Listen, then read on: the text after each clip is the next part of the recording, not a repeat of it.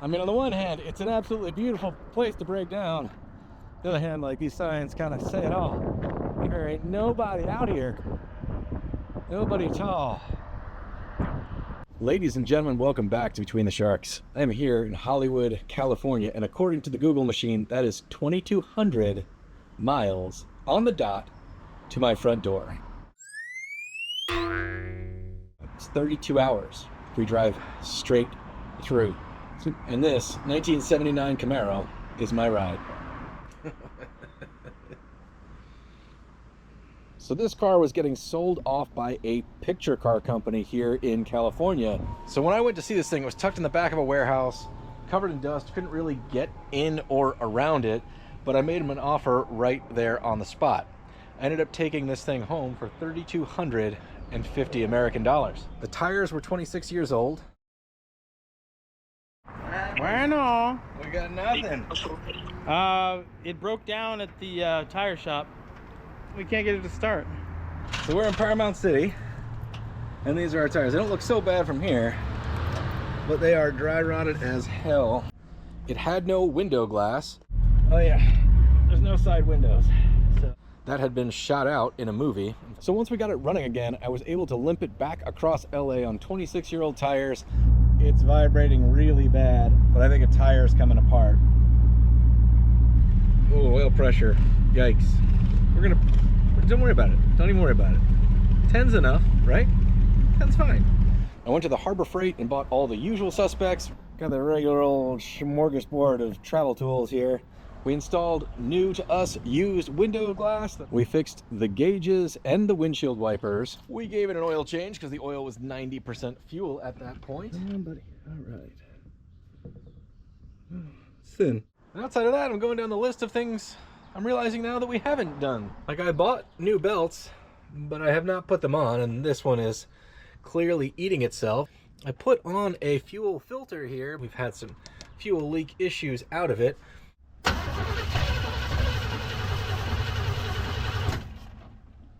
This is the fan relay here. It works, but it gets stuck, and you got to give it the old Fonzie. Relay's stuck. That's fine. Just got to give it the Fonz. Fortunately, it's getting stuck on, not off. But it suddenly feels like there's a sizable amount that we haven't done, considering we're about to drive this thing 2,200 plus miles, which is like everything engine related. Haven't even considered tune-up, changing the spark plugs, pulling the plugs and looking at what's in there. I've just sort of, like, you know, let it go. Cool, yeah, if it ain't broke. And now I'm looking at some of the obvious things that probably should have thought about, like plug wires, because this doesn't look good. I mean, that's a good way to get old plug wires to arc against each other. Oof. Oof. We also jammed some new tires on it. They are stock size, but they do rub under certain circumstances. We've chosen to ignore that. Got the headlights working. Never driven it at night though, so I don't really know how well they work. And it did take me an hour and a half to limp this thing back to this Airbnb right here. So it did well not overheating in traffic, but I'm suddenly realizing it's never been on a sustained drive at RPM. So I don't know if it'll overheat on the highway, which is unfortunate because we have to go through the desert. If you worry, I guess you suffer twice. It shows 54,000 miles on the clock, and that may be accurate because that's also what the California title said. So it's either 50 or 150. Berlinetta model, built right here in Los Angeles. This one came factory equipped with the California 305. California 305 was a little bit less powerful than other 305s, and the 350 was not available in the state of California in '79. So much torque, the chassis twisted coming off the line. The only thing missing off it, as far as I can tell, is the air conditioning stuff. And we're missing the factory fan, which, as I look at that now, it's more suggestion that there must have been an overheating issue at some point, because there is also an auxiliary transcooler in here. So somebody was battling something, and because it doesn't overheat in traffic, they either solved it, or we're gonna find that problem out there on the highway. Right. You can see here as well, the original smog equipment is still on the vehicle. The smog pump, all of the vacuum lines that run to it and run to the exhaust, And all of this is a requirement here in California. To register any vehicle after 1975, it must not only pass smog, but have all the original equipment on it.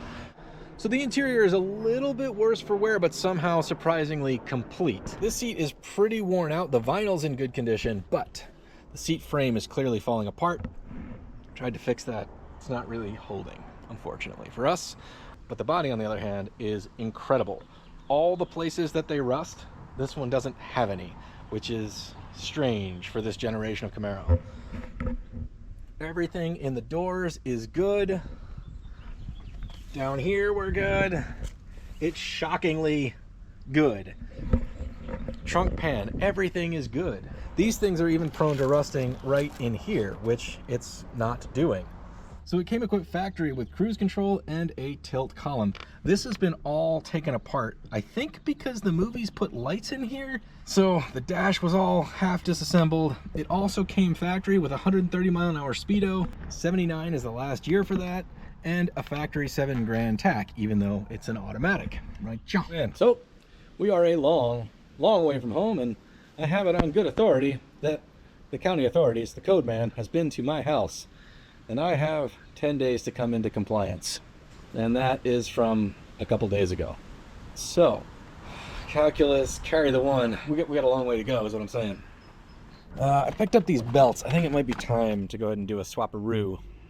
So my typical MO on something like this would basically just be a lazy bum and not replace it, saying I got a spare in case it goes full rud while we drive down the road. But right now I'm wondering, what if this belt doesn't fit and I'm in the middle of absolutely nowhere? The first leg of this journey has a lot of that. The desert is 3 weeks in every direction. Sometimes I get the heebie-jeebies about the if it ain't broke, don't fix it, because like this belt has never made a noise. This doesn't have a washer on it. What am I gonna find when I get in there? Ignorance is bliss. It's kind of like that fuel filter. Glad to have it. Find out the gas tank wasn't completely full of sludge, but didn't have a fuel leak till I started messing with stuff. Gotta fix that too, by the way. Note to self. Hiya. All right, off you go. Come on. Hiya. Off you go. Let's go, pal. I mean, I've definitely seen worse, so we'll be hanging on to this. All right, we're making a dent here, but it is late on a Sunday, and I am physically, emotionally, and spiritually unprepared for this journey, let alone how mechanically unprepared we are, because I realize how little we've actually done to this engine, and it's never been on a long, sustained highway drive. I wouldn't say I had a plan, but whatever plan I had, I don't have anymore because the weather has changed. I was going to go up to 40 and across the country, but as of right now, apparently I'm taking the southern route. So I got to head in the general direction of Tucson, Arizona today, and it's already late. We're not going to make it today. The weather in the Rockies is terrible. So we're going to take this delay and actually try to get this car on the highway for the first time and see how it does because, well, I should have done that before now, but I didn't. So here goes nothing. It'll be fine, you know, we're low. So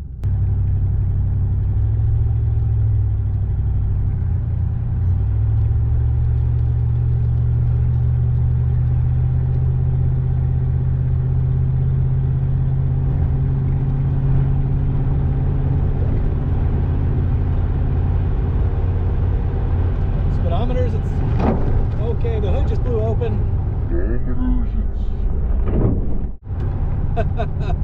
Okay.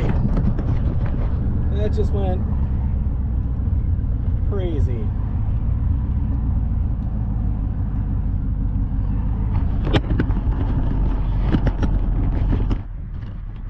All right, that could have gone so bad. I mean, it went bad, but I don't know how bad. All right. Well, that scared the hell out of me, so not good. Bent the hood a little bit. We got to get off the highway and see what to do. Holy crap. That was terrifying. Man. All right, let's see how bad this was. Oh man, so this got all scratched up by this corner. This got bent a little bit, and we seem to be crushing the windshield wipers now. Jeez. On the highway, a mile. Not even. I just got on the ramp. Well, I'm totally freaked out right now. That could have been 1,000 times worse. The fact that this thing didn't go all the way over and bend itself back and smash the windshield is pure luck. I did close it just a second ago. I was messing with tensioning this belt because it squeaked a little, which I just installed, so I should have left well enough alone. If it ain't broke, don't fix it. Well, I'm in the parking lot of the Hollywood Bowl. Decidedly not what I expected. I can't fit nothing in here and I'm all frazzled. Now, I've taken this on a billion short journeys, but I don't know how to trust if the hood is closed at this point. That's never happened, but that's never happened on any car to me, so that's very scary. Very scary.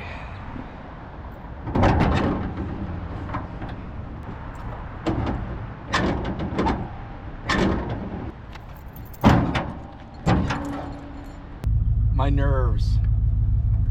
I don't know how to trust it except to try it. Crap. Here goes nothing, round 2.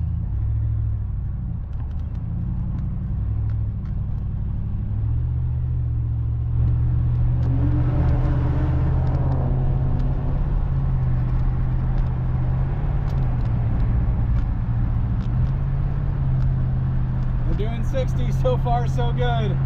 I'm terrified, but outside of that, got plenty of oil pressure. Staying cool at the moment.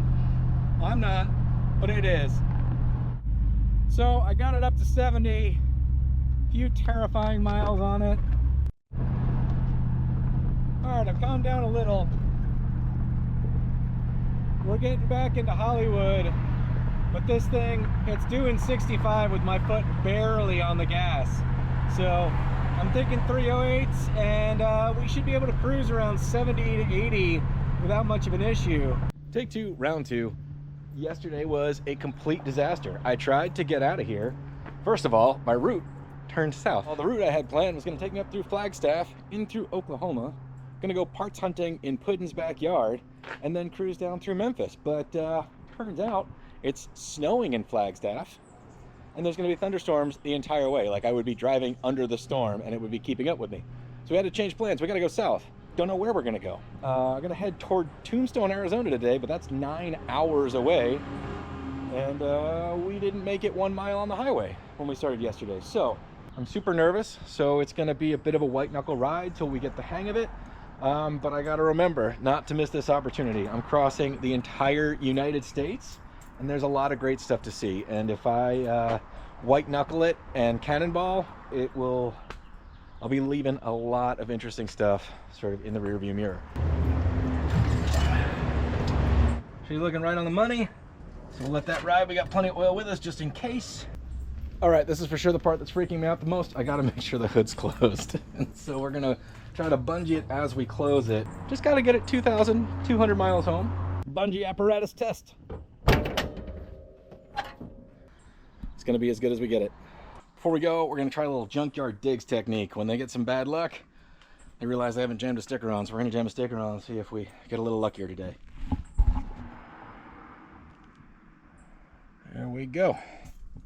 It is absolutely bittersweet leaving. I've been in California so much longer than I expected, and it's been a great adventure. It's also a little weird to be going cross country without the girlfriend and the dog. We've done that 3 times together, and apparently way back, going solo. Right now, feeling a little lonesome without the pooch. Let's go adventure. Come on, buddy. Yeah, perfect.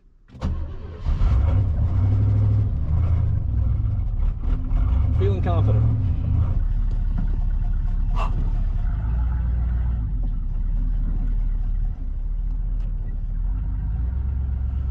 Man, it feels weird to be headed out. Pretty sure the directions are taking me right onto the 101 where we had some pretty significant issues yesterday. I mean, all you can do is laugh. It's like Captain Ron said, if it's gonna happen, It's gonna happen out there. Anything's gonna happen. It's gonna happen out there. We sort of just have to embrace that. Oh man, I got the Hollywood sign in the rearview mirror. I did not expect leaving town to sort of like mess with me as much as it is. I'm excited for the adventure, but I'm also weirdly sad to leave. I think I will learn to trust this car as we go. If we have problems, we will fix them.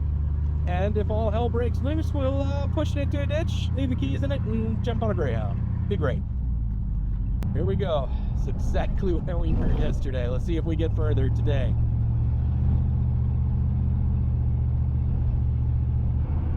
Don't want to jinx it, but we've officially made it further.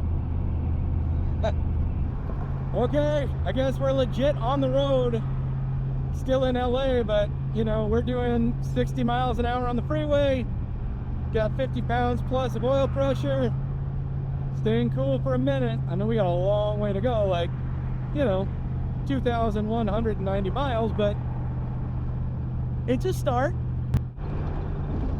So overall, it's handling pretty well. I'm doing 65. It's not struggling at all, but it's rattling a little bit. And that's one of the things with any new old car, no matter how far you're going, you got to get used to what's normal. You got to learn to differentiate normal and a problem. Right, I'm blowing a lot of smoke. Looks like oil smoke. We got to see what's going on. Don't feel good about this. We're not even 20 miles. Now we got to see what's going on. It's in park.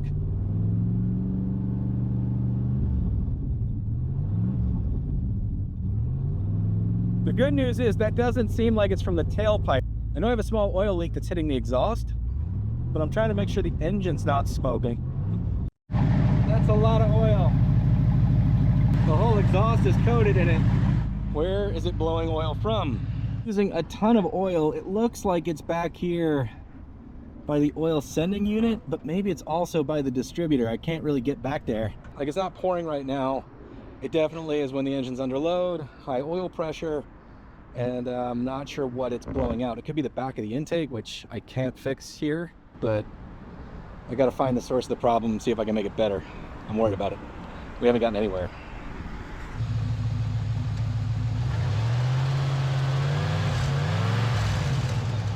I gotta boogie to the O'Reilly's, get some brake clean. I don't know where it's coming from. It feels like the cheap oil sending unit, so that's what I'm hoping that it is, but I can't prove it until I can clean everything off. Revved it up, but I can't see it, so I don't think we're burning oil, but we're definitely leaking oil. I think we should be able to hopefully fix it, unless it's the back of the intake, and then I don't know what to say about it. It's actually kind of cool. We're actually on Route 66. Out here, it's called Colorado Boulevard at the moment, but I saw the signs. When I revved the engine up, it wasn't like spraying out, so I expected to see a little more evidence, but I didn't. So new oil pressure line. That nylon stuff is trash. I know it, you said it in the comments, and I ignored it.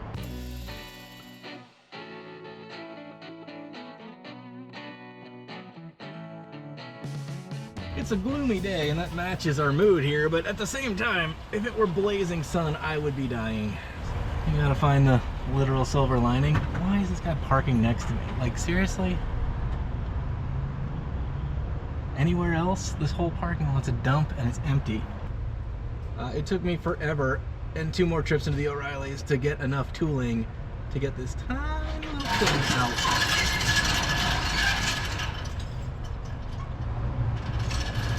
Sound of the liquor store opening, that might come in handy. Hey gang, remember, brass fitting into a steel plug, so super gentle like. You want it to be tight, because obviously leaks are bad news, especially when they're at 60 psi, but you also don't want to over tighten these sons of guns.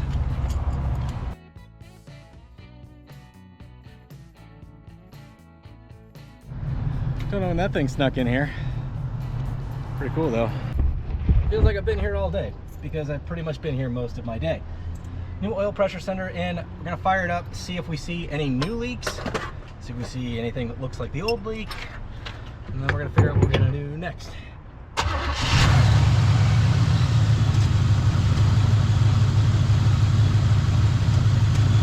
So far it's looking okay.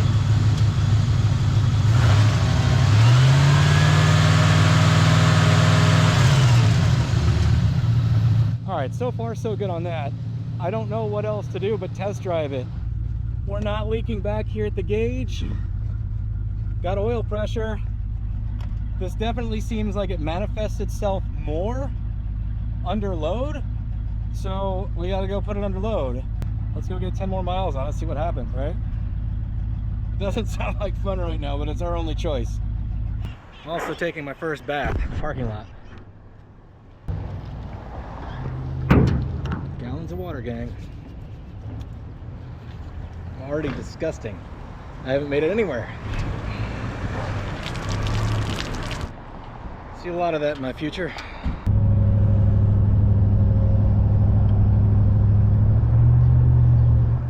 So in theory, we're on this 55 miles to India, and then just 2,145 after that. Woo. This is fun. All right, we're back up to 70. Fingers crossed. It took us a little while for it to like accumulate enough to smoke last time. Don't know what to do but to keep going. Everything's fine. So if I can't tell if we're smoking, does that mean it's not happening? Oh, we're smoking like crazy. Crap. Made it like, what, 10 miles? Hopefully we can find traces of fresh oil at this point. We cleaned it up pretty well. We need a clue. All right, let's go have a look. All right, it doesn't take a lot of oil to make a lot of smoke. It only takes a little. Is that what I'm saying? Yes, it only takes a little oil to make a lot of smoke. It's leaking on the engine side of the bell housing where it all bolts together and just running down, but I can't tell where from. So I'm revving it up, trying to increase oil pressure, like, not sure what to do.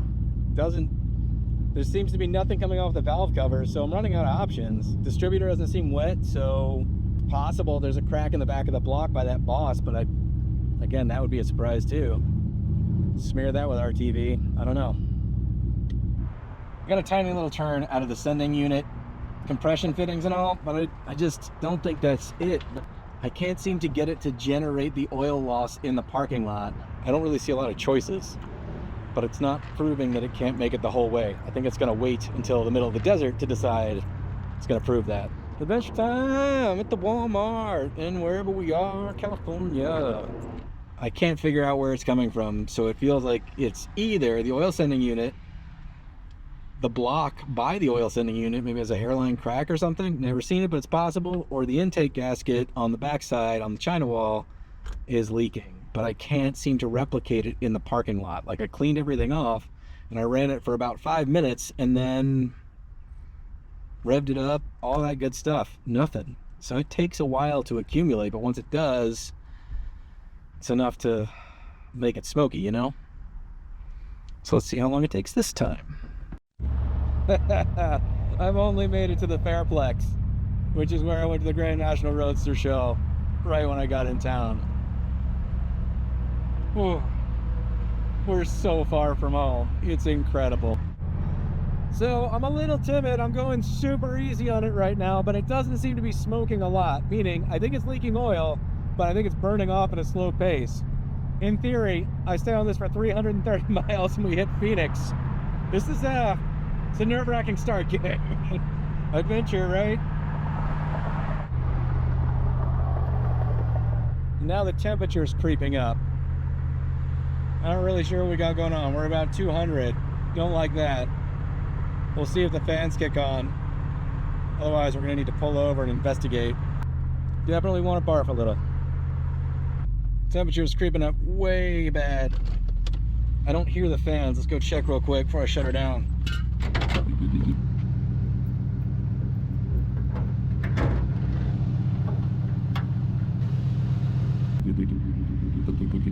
Shut her down.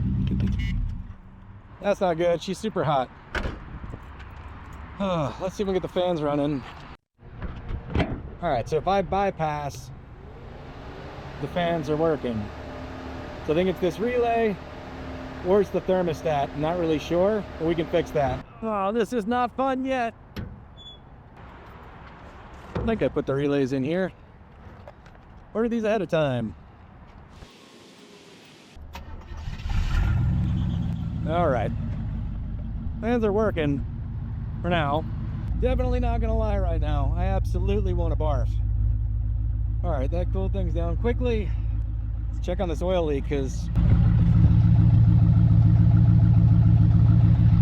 that's not no oil, gang. We should be able to find a leak that big. All right, I got good news and I got bad news, gang. They're about the same piece of information. So I found at least a significant portion of the oil leak. Had to jam my phone down in the back, and I'll just show you in case I forget to put this picture in. Right there is the back, right by the oil sending unit. Look at that great big hole in the China wall it's missing. Possible there's a crack in the back of the block by that boss. I can't really fix that right now. Don't have much choice. Maybe overnight, if I got some right stuff and some gasket maker, I can at least plug the hole. I really don't think there's that much oil pressure back there, but I don't know. And I also don't know, like, it doesn't seem to be spraying up into the hood, so I don't think it's into where the sending unit is, because that would be getting full 60 psi. We're down like a quarter of a quart in 70 miles, so my guts are to just get on it, find an auto parts store, find all that stuff, get to a place to crash tonight before I crash, goop that up, and hopefully we can seal it enough for the drive. All right, we're gonna bust out of here another 22 miles, it seems like, and continue our Tour de O'Reilly's of the West Coast.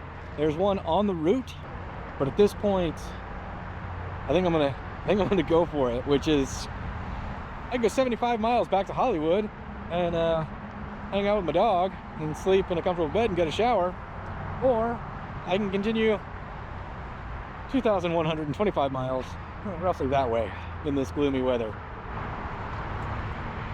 Man, oh man, we haven't made it very far today. The oil leak is worse when we hit around 2,500 RPM, and it's worse when we go uphill. And those two things I noticed, but now they make some kind of sense. So, here we go.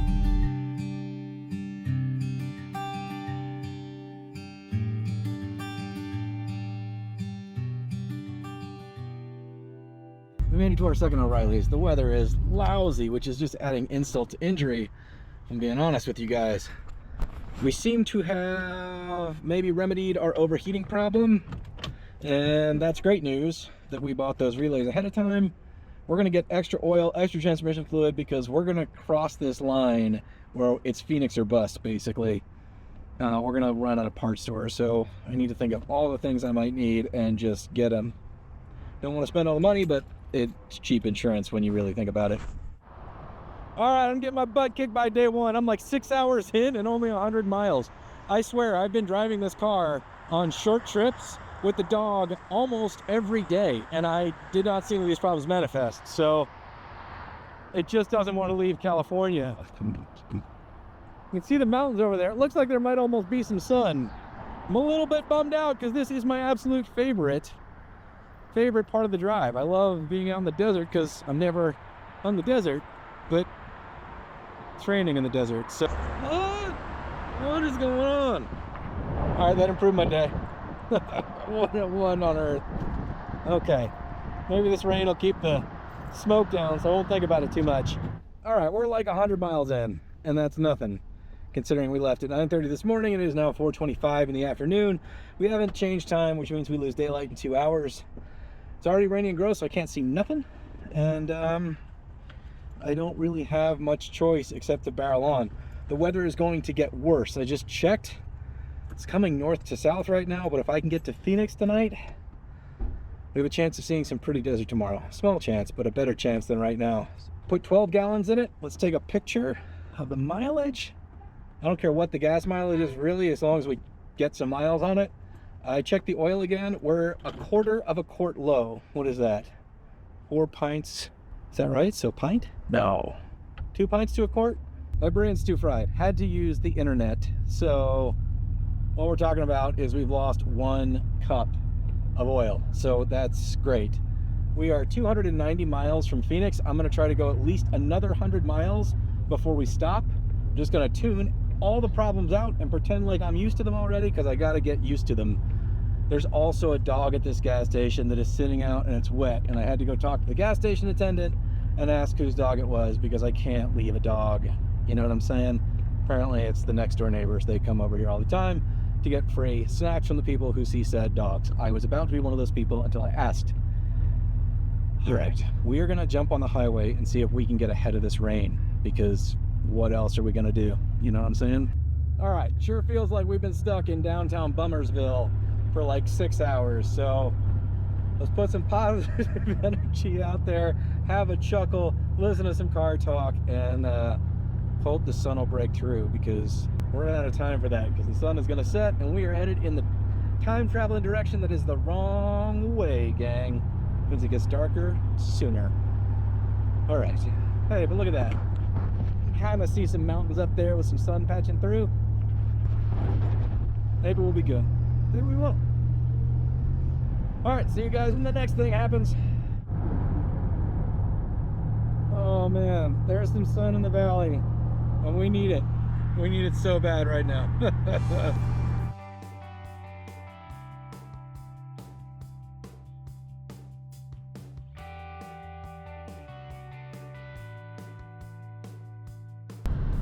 Man, I mean, it is beautiful out here, but this is the scary part. You know, there's not a lot going on. So Desert Center is the next kind of place.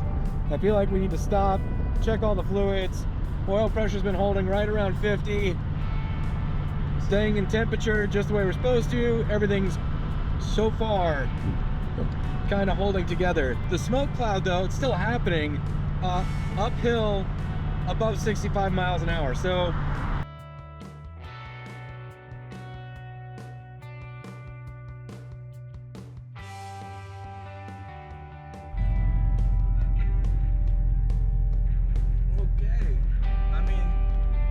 that's super cool, but not what I had in mind. Still looks like we got plenty of gas, but I'm not seeing a way to get more if we needed it. Not even a little bit. Okay.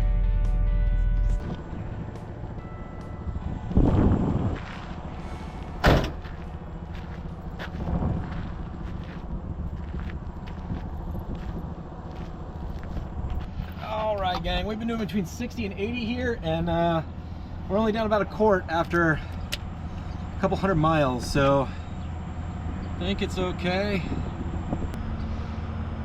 It's about a quart minus what I spilled. Give it another glug and let's get the hell out of here. We're running out of daylight fast and we're driving away from the sun, but it sure is pretty, right?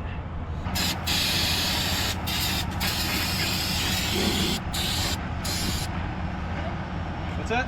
Good? Yeah, thank you very much. What's that?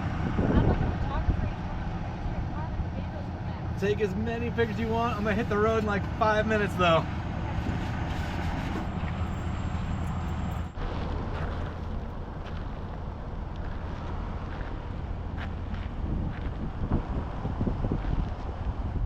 Says we might make it around the Phoenix area in about 3 hours. We've only got 1 hour of daylight, but once I pass Blythe, I don't really have a ton of options.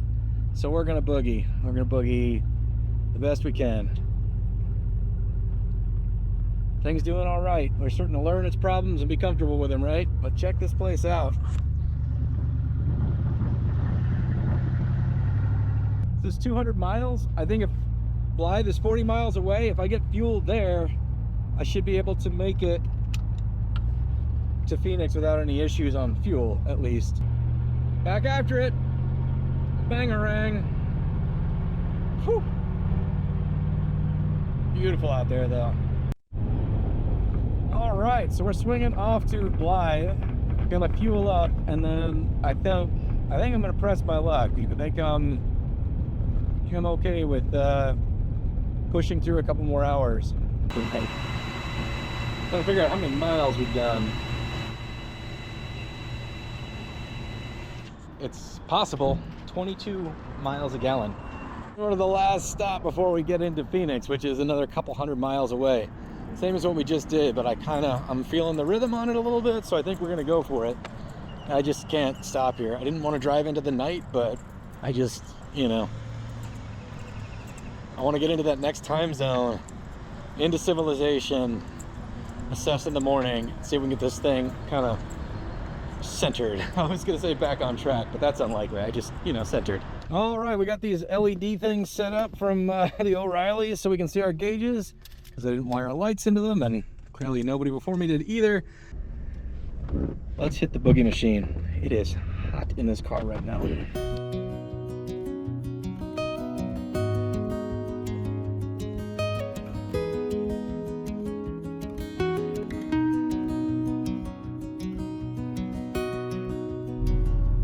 Dang. I can't even calculate how long I've been on the road with the time change, but I'm still an hour away from Phoenix, and we are in bumper to bumper traffic. Clearly it's construction. It goes on beyond the length of the map on the screen phone.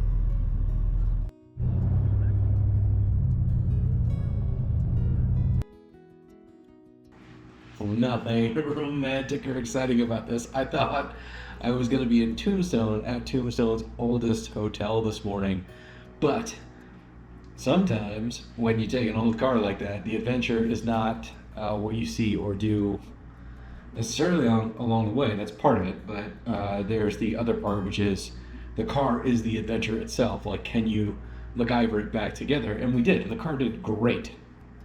You know, that's kind of the adventure on this type of adventure. It's very late, 11:30, 11:45, 11:45, and I still have to do some research on possible routes for tomorrow.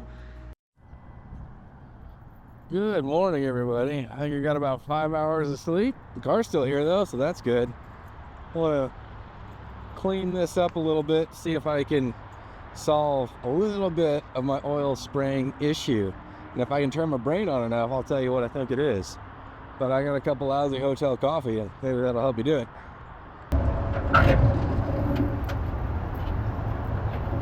Little forgot about the bungee. Oh, don't critique the bungee. All right, let's talk theory here. I was noticing last night, after many, many hours of driving, that I could predict exactly when it was going to happen and sort of understand why I never noticed it in my short drives. Higher RPM, under load. Some of you guys may be ahead of me at this point, but that spells crankcase pressure, which means the only way I can see on this vehicle that crankcase pressure is relieved, we have air getting introduced via the intake, clean air, coming in this way. And then this PCV valve looks like it's directly tied into manifold vacuum, plus the charcoal canister. However, there is a better spot for it to get out, which is straight out the back. That's working like a breather.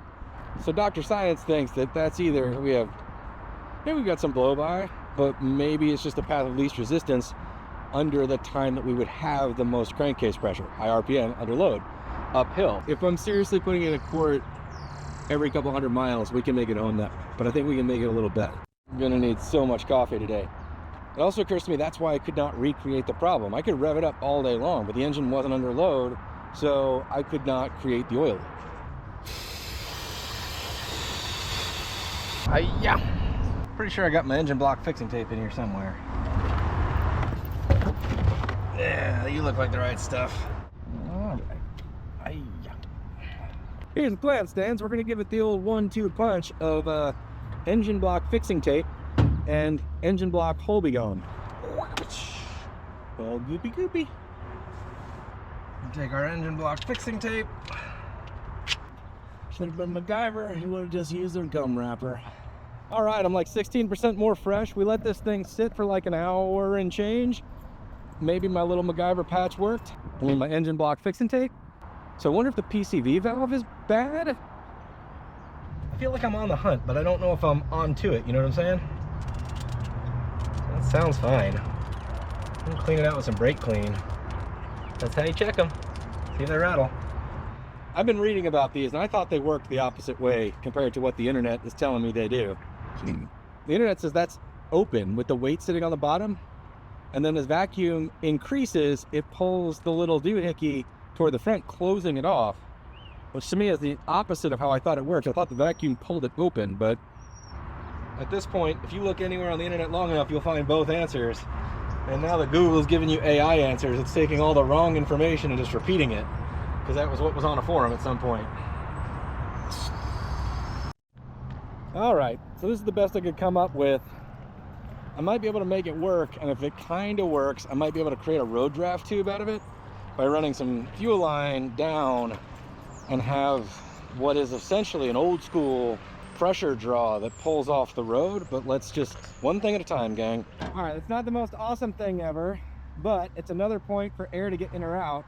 Because like the first crankcase ventilation systems on Chevys, it would draw in the breather on the oil filler neck that was on the intake, and then on the back of the block there was a road draft tube that ran down to the ground, and that used atmospheric pressure to draw it out.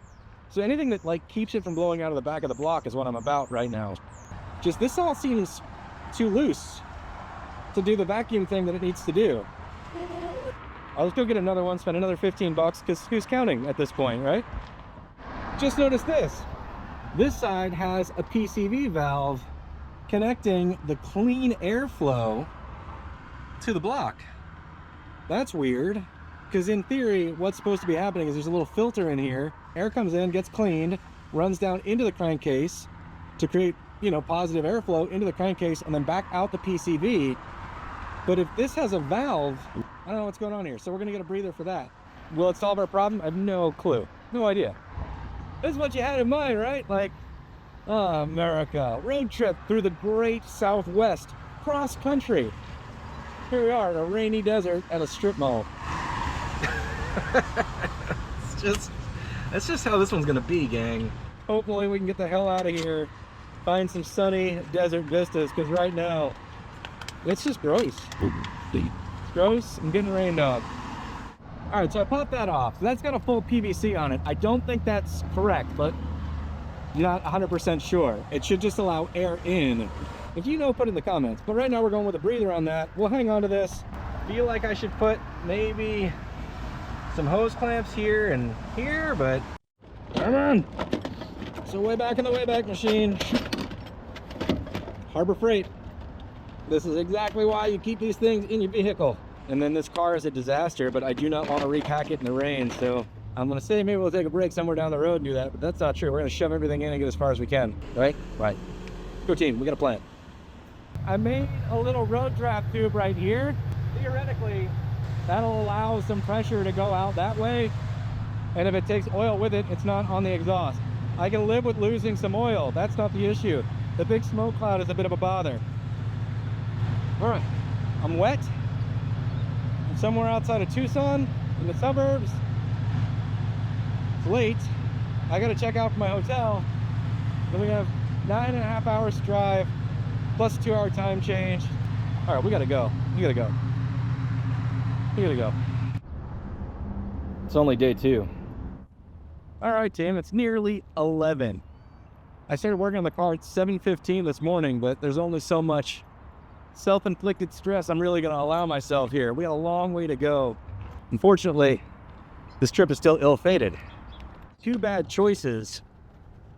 The last few days I've been monitoring the weather, and there's a big storm system moving through the northern route on 40. Thunderstorms, snow, flooding, all that stuff is what we'd be driving through, which is not fun, and this car would make it less fun. And on top of that, the southern route has had windstorms, wildfires, and road closures. So at least it might be sunny though. We're nearly on the road. It's 11:30, maybe a few minutes later.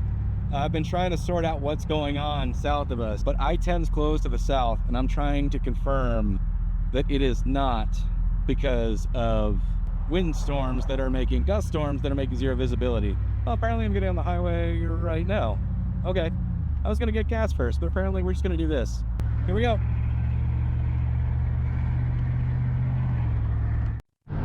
Well, I had no choice but to just get on it because it dumped me into the HOV lane. I don't know what I'm doing or where I am. But we started with a little smoke cloud, so we'll see if it's better, but if it's not, we kind of know how to deal with it. We put a quarter oil in every couple 100 miles. That's it. That's all I can do. All I can see is smoke in the rearview mirror. I've decided to just do 70, let it smoke. We'll do 100 miles, see what happens. I mean, man, look at all that.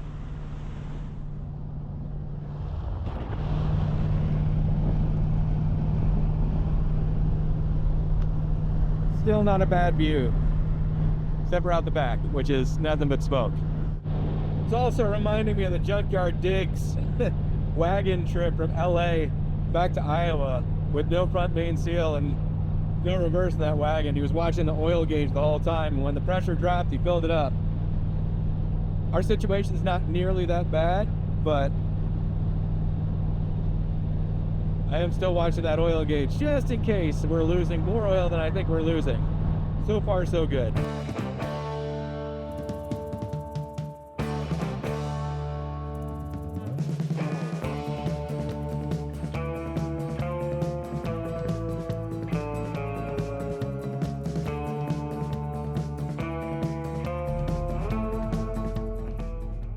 So I've been on the road for about an hour, hitting it at 70. It's been smoking the whole way, so I figured I'd put some fuel in it and check on things and see how much we're using, if we're burning through more than I think. But I mean, sitting here at idle, it still doesn't seem to be smoking out of the tailpipe. Like, I still don't think we're burning fuel. We're definitely blowing it all over the road though, you know. Well, the good news is my repair tape is still there. The bad news is we're over a quart low after 66 miles, which is way higher consumption than yesterday, which makes me think we have a developing issue, and I don't know what it is. Crap. That's pretty stressful because that is unsustainable. I guess for the next segment, I gotta just try to keep it from smoking. And if I can keep it from smoking still at like 65, then that's just what we're gonna have to do. The last leg of this journey is uphill. We're not anywhere near it, so I guess I shouldn't be worried about it yet. There's still oil all over where it had been coming from. Definitely still feels like a crankcase issue, like crankcase pressure issue. Think we need a less ambitious goal. Think we need to head to Las Cruces, and if that's the end of the night, that's the end of the night. We can go a little further, maybe we will. We had a day to the trip. That might just be what we have to do, you know? All right. So it's a little bit crazy. I can control the amount of oil that's blowing out just by the throttle. Like, I sort of know where it wants to be in third gear, and depending on the topography, it's between 60, 55 and 65. You know, uphill it's slower, downhill it's not. And so the RPM and engine load and crankcase pressure still seems to be the issue. So for whatever it is, 60 is about the limit on this road before I start smoking real bad. I mean, it sure is pretty out here. But my fixes this morning don't seem to have done a lot. And if it's just the intake and the China wall on the block, then I think I can fix that pretty easy at home. But, you know, I don't want to spend a half a day swapping intakes and fixing that problem and waiting for stuff to cure to find out the rear main seal's toast. So we're gonna just try to get it home.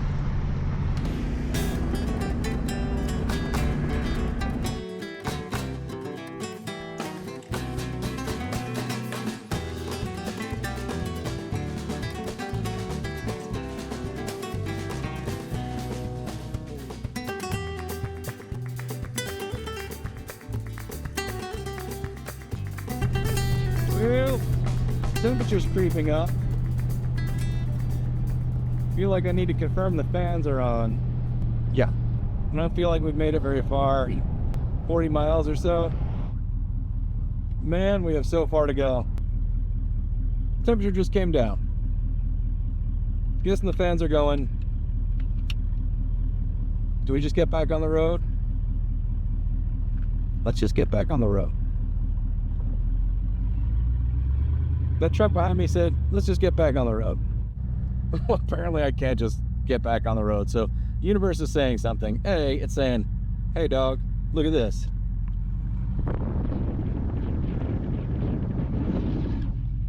And to that I say, thank you, universe. And the second thing it's saying is, there's a Starbucks. We didn't get much sleep. We're gonna get ourselves a matcha lemonade and pretend like everything's fine. It's gonna be awesome. So I don't want to look, but I can tell you right now that has little to do with anything. The what I want part. We're here, we may as well check it. I don't think we've made it more than 40 miles. I'd have to look though. That might be a good time to say, hey, consider buying a t-shirt. Or check out the Amazon store to support the channel. I'd sure appreciate that. Oh, we are so far from anywhere.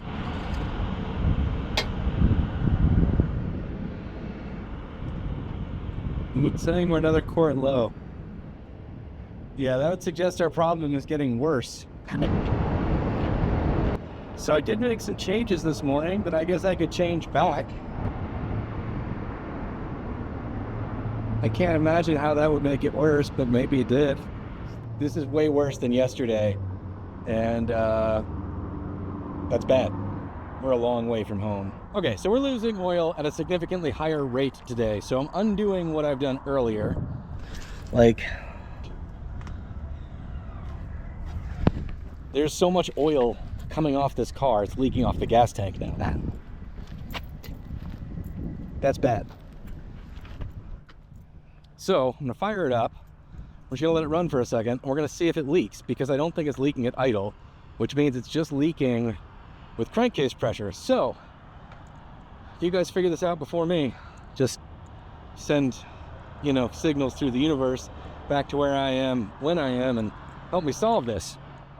I feel like I gotta lower the crankcase pressure. So I think maybe this oil is a little too thick. I'm using the heavyweight diesel oil. I did that because on the first drive I ever went on this thing, the oil pressure was really low. And that oil was full of gasoline. So that may be the issue. So I may be overcompensating. So we'll buy some thinner oil, see if that's better. Also, I'm wondering if this doesn't make anything better, if I need to try to hook up this PVC side to an actual manifold vacuum, but I will figure it out if I have to. Again, we just got to get a couple thousand miles home, right? Georgia's that way.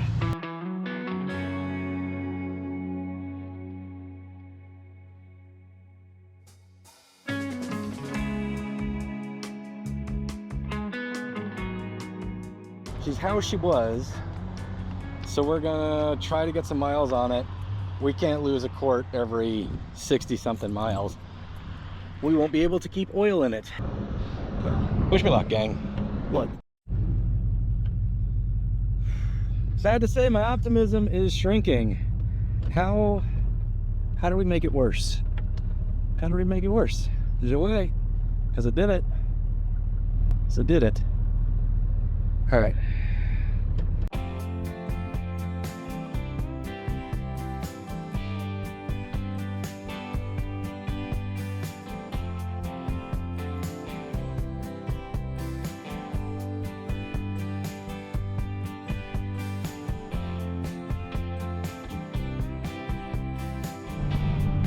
Man, it's gorgeous here.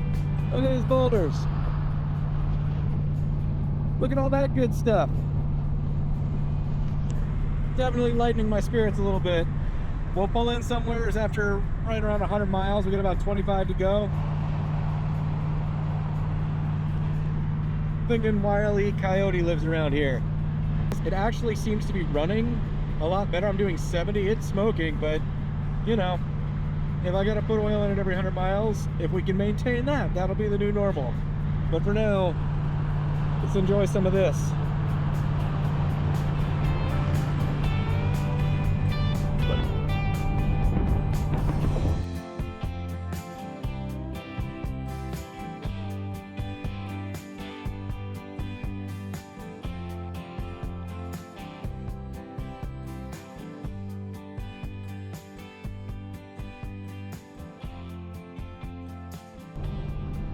Man, but just like that, the landscape changes.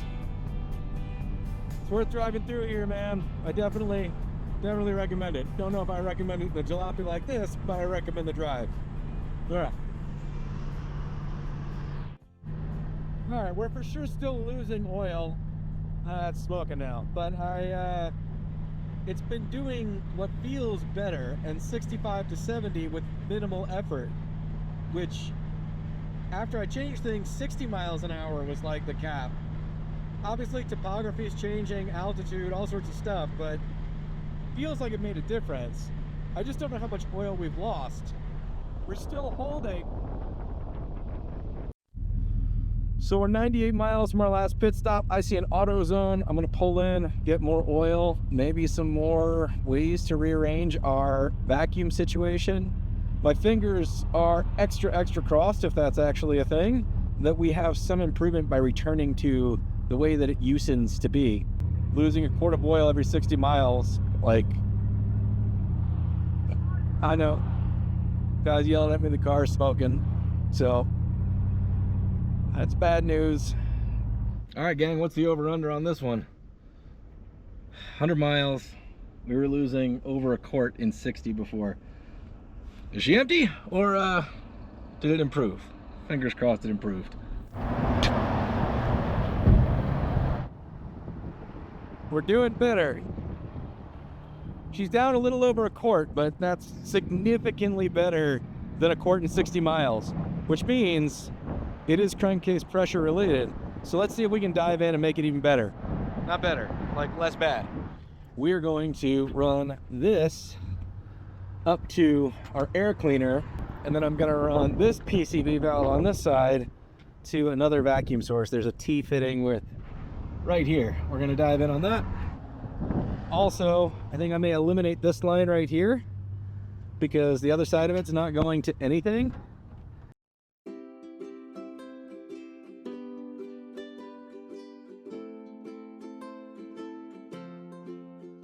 Well, hopefully this will be an improvement. Got this PCV valve actually hooked up. We're still running this, but off the oil breather, and the other PCV, we eliminated some of the extraneous stuff that wasn't connected. So hopefully that will function better. Hopefully we see some results. Our first attempt made things worse. We went back to 0. That was better. And let's see if this improves it. Otherwise we'll go back to what we were. And I bought 10 quarts. So I'm in Wilcox. There's a big W way back down this mountain.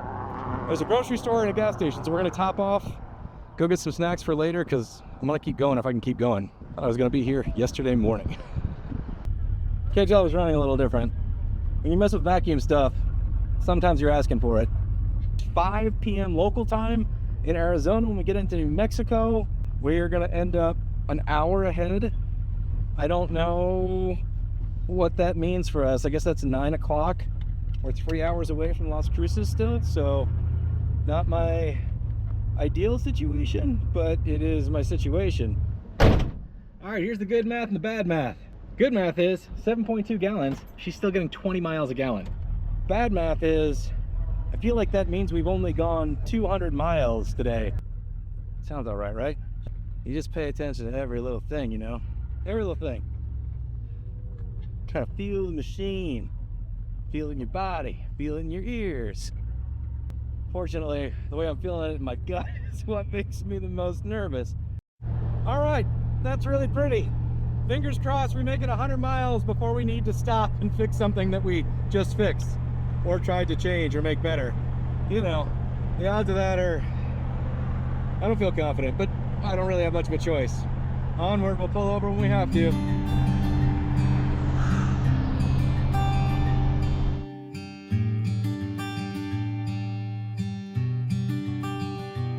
Man, I don't want to jinx it, but I gotta tell you while it's happening. We're doing 75 miles an hour with no smoke right now.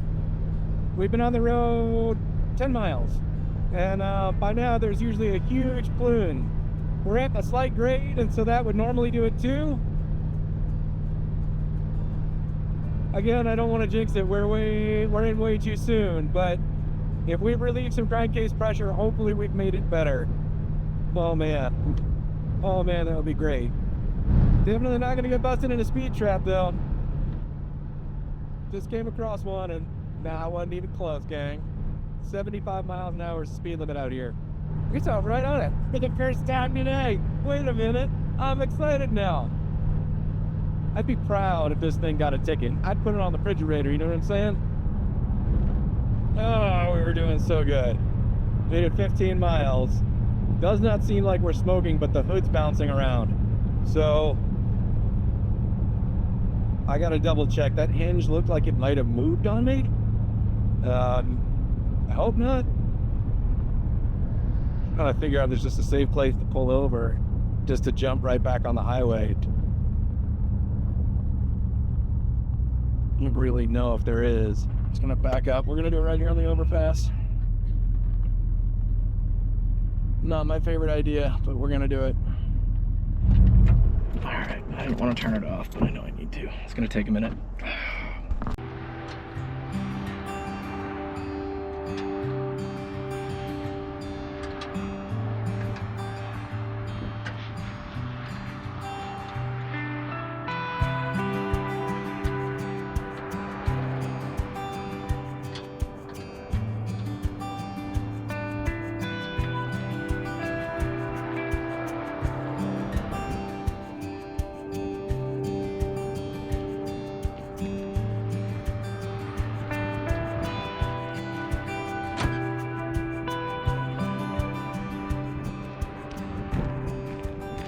I mean, on the one hand, it's an absolutely beautiful place to break down. On the other hand, like, these signs kind of say it all. There ain't nobody out here. Nobody tall. Wild. Like, we are in the middle of nowhere. Speaking of, let's hope she starts back up, right, gang? That'd be great. I actually looked under it, and, yeah. No, not a ton of oil. A couple drips. But not a ton. Nothing like we're used to, gang.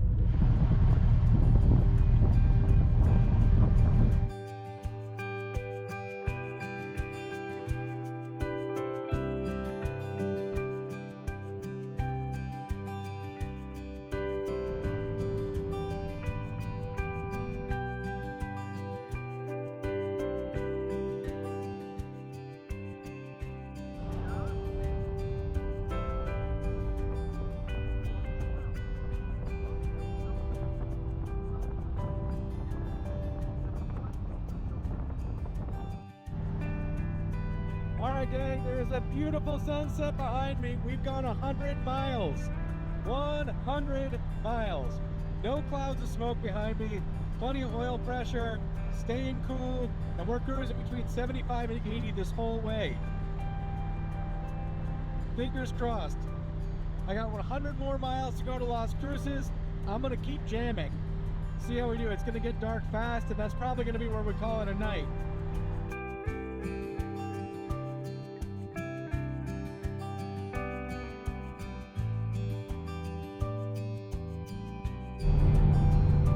And all those lights.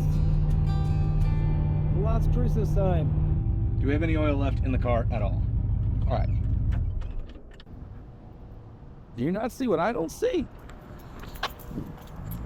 Is there a huge puddle? It's like a drop. Couple drops. Whatever. We'll take it. We're gonna fill up on gas, try to get ahead on tomorrow morning. We're gonna check the oil, everything while we're undercover. Fill her up, see how we did on all of it. There's oil in it. It's still full. It's still full. 200 miles. It's full. I'm trying not to freak out everybody around me by dancing. I'm trying to contain my excitement so they don't call the cops out here. It's still full. How many miles did we do? 206 miles, and it's still full of oil. Hey, let's see about our gas mileage. Oh, I don't want to do that. Leave me alone. There's no whammies, no whammies. Come on. 9.8. Or a little bit of an incline. 9.901 gallons. We're still doing 20 miles a gallon. In my head, that's how this car was going to perform when I started this journey. In reality, that is not true. It's still full. I can't believe this engine's full. Like, I'm not going to put a drop in it before we leave tomorrow, and we're going to see what we can do. We did 75 miles an hour. I know it's dark, but I'm super pumped. Day 3. We've only made it 759 miles. So that leaves 1,600 miles left. It's early. but it only counts for a minute, because as soon as we get into Texas in about a half hour, we time jump an hour into the future. See you in the future. But we don't jump an hour further down the road, I'll tell you that. So we made it 750 miles in the first 2 days, and each day took us 13 hours from the time we started messing with stuff to the place that we actually stopped. So there's 1,600 miles left to go. I'm already tired. With any luck, some of our fixes yesterday will hold up, and knock on wood, we don't find some new things to fix. Maybe we can put some miles down in a less stressful set of circumstances. This has not been easy. 100% of the adventure so far has been the vehicle. We're not stopping for fun. We're just stopping to fix stuff. 250 total, something like that, to Pecos. Roughly 4 hours of journey for a normal person, so all day for us. See how this goes. Come on, buddy. There we go. That's what we're talking about. Just give it a second to wake up, you know?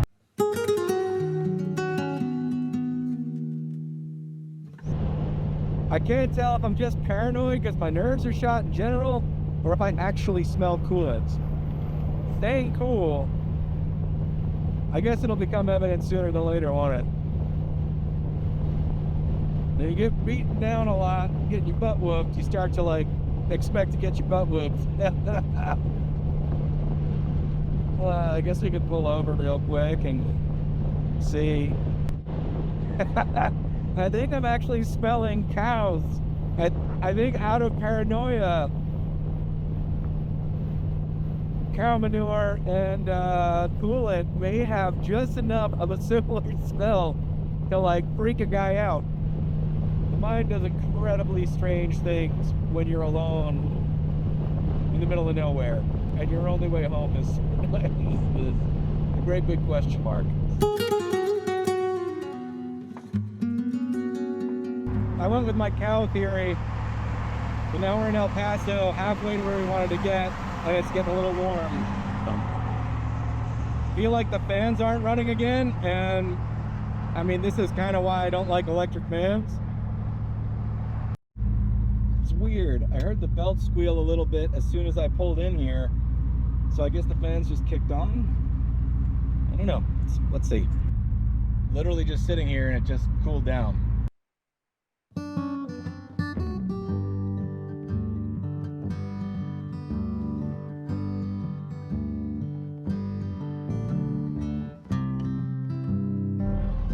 So I had to pull over again. Similar issue with the overheating kind of deal. It was creeping up to 200. I could tell the fan wasn't on because I can see the power draw on the voltmeter. As soon as I pulled over, I heard the belt squeal because it like locked on. So now I'm just gonna sit here and see if it wants to mellow out.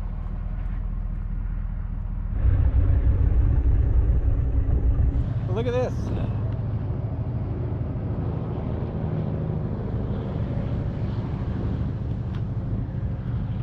Obviously an old motor lodge. Who knows when it closed down. Looks like somebody's still there though. That's kind of, I don't know. It's beautiful out here. We're in the middle of nowhere, for sure.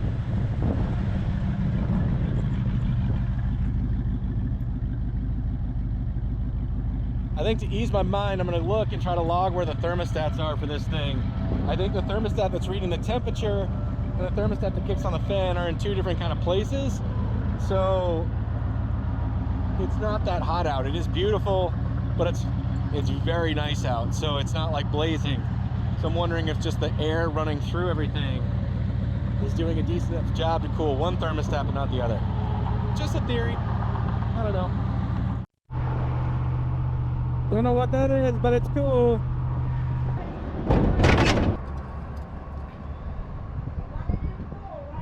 Still full. Incredible. Let's put an eyeball on these thermostats. So the thermostat feeding the fan is in the back of the block over here. Mechanical gauge is in the block over here. We're gonna assume all that's good for now, and then if we have issues, we'll just ground out the relay, and then that should just keep the fan on anytime the car is on. I'll bet that place is awesome, A. B, there's a horse motel.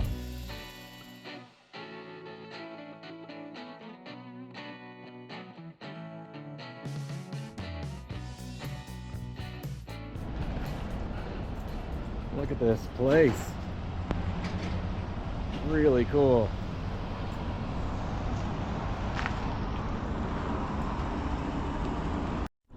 All right, so I'm 19 hours from Atlanta right now.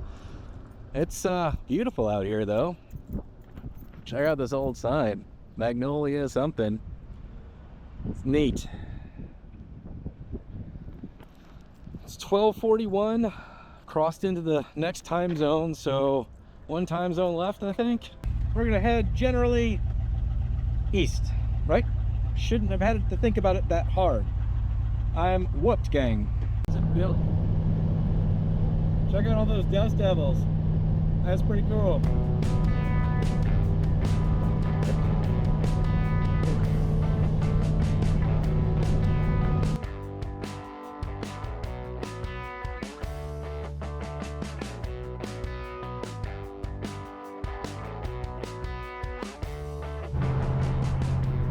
We are in oil country. There's nothing but fields, power lines, and pump jacks.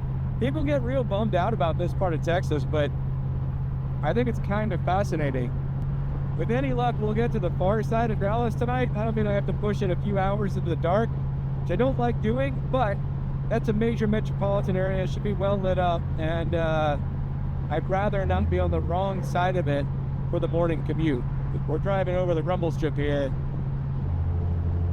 because there's so much construction going on. It's pretty Texasy out there. I think pump jacks are cool. Something just changed, like the engine got louder. I don't know what's going on. Vitals are good. Doesn't sound like it, doesn't feel like it's missing. Weird. I don't really know where to stop out here, so we're gonna just keep going till something tells us there's trouble. Well, beyond the very different noise that's already telling us that. I think it's a matter of like, is it worth stopping on the side of the road? And my guts are saying not yet. Still got a long way to go. It's 3:30 in the afternoon. I'm trying to get 6 more hours in. Woo! It's a long way. Doesn't sound particularly worse, so maybe we're okay. It's a little throatier. We're several hundred miles in and finally down, tiniest bit of oil. I don't even know if I want to top it off. We're still pretty darn good. There is a vacuum T fitting on the back of the manifold that goes now to one of the PCVs. And the transmission that may have gotten jostled loose a little bit. It's not as tight as it should be. I don't want to get into it right now. It's been doing fine, but we had some bumpy roads. Maybe that did it. If the engine feels like it, I just spilled that everywhere. If the engine's running rough as we go down the road, we'll stop, pull out our tape, and reseal the whole thing. All right, I think I got a little vacuum leak. Just kind of tweaked stuff a little bit. Didn't fix it right. We'll see how it starts and runs. Everything else was good. Good oil, good transmission fluid, good coolant levels.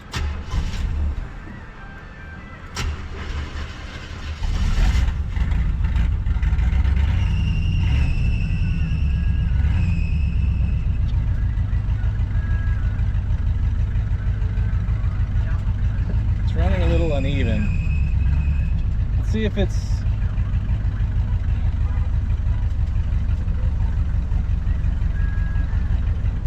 running like that. It's either a vacuum leak or a miss.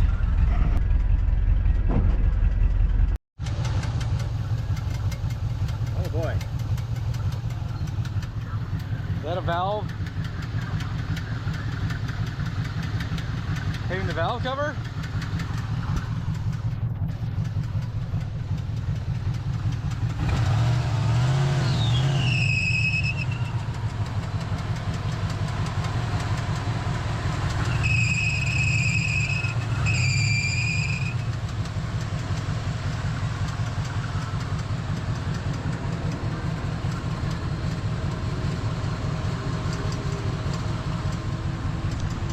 I don't know what it is. We'll find an auto parts store. I'm not pulling the valve covers till I have gaskets.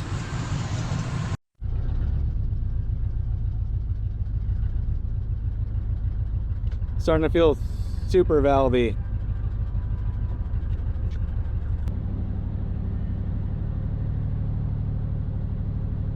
There's an O'Reilly 14 miles away. Continue our O'Reilly's adventure. Oh man. We do this for fun. It's running super smooth now. So I guess the other possibility is that the engine's just rocking enough that it's knocking something, which I feel like has happened before on this thing, but it's hard to remember when you're freaked out by every single noise. Now it's running quiet and nice again. So that would suggest vacuum, and it was the vibration making the noise. Either way, we're gonna hit that O'Reilly's in, you know, 15 miles, pick up valve cover gaskets, maybe a new belt just in case, because this one's squealing. I have the original one with me. So it's back to running totally fine. Huh. Weird. What do you make of that? I don't know either. The great news is it's running great again. So something was different, but now it's not. That's all I know. How's that for a scientific explanation of what the hell was going on? Great, man. I mean, I've got it up at 75 now. We're 11 miles away. If the problem doesn't manifest itself at the auto parts store, I'm not even opening the hood. Get parts and get back in the car. The car seems like it's fixing itself, but as I'm worrying about it and listening and paying attention, I started to smell oil and I was like, oh crap. And then I realized I'm just in Texas. All right, so we just dipped off into Fort Stockton. It ran fine those 12 miles, so sounds pretty good right now. Again, we're gonna just appease the gods, buy the parts, and hope for the best. I didn't have the camera rolling, but at some point we went over a bridge and they paved up to it, then not the bridge, and then paved the other side. I won't say we got airborne, but boy howdy were the tires rubbing at 80 miles an hour. We bottomed out super hard. Yeah, I went and picked this thing up. Maybe that's what it was calling me. I got the valve cover gaskets too, but that thing is, the seat, everything is killing me. I really should have looked harder to find sunscreen because my window arm is getting cooked. I'm not messing with nothing because it's not bothering me yet. We're gonna get some more miles and we'll deal with it when it becomes a problem, you know?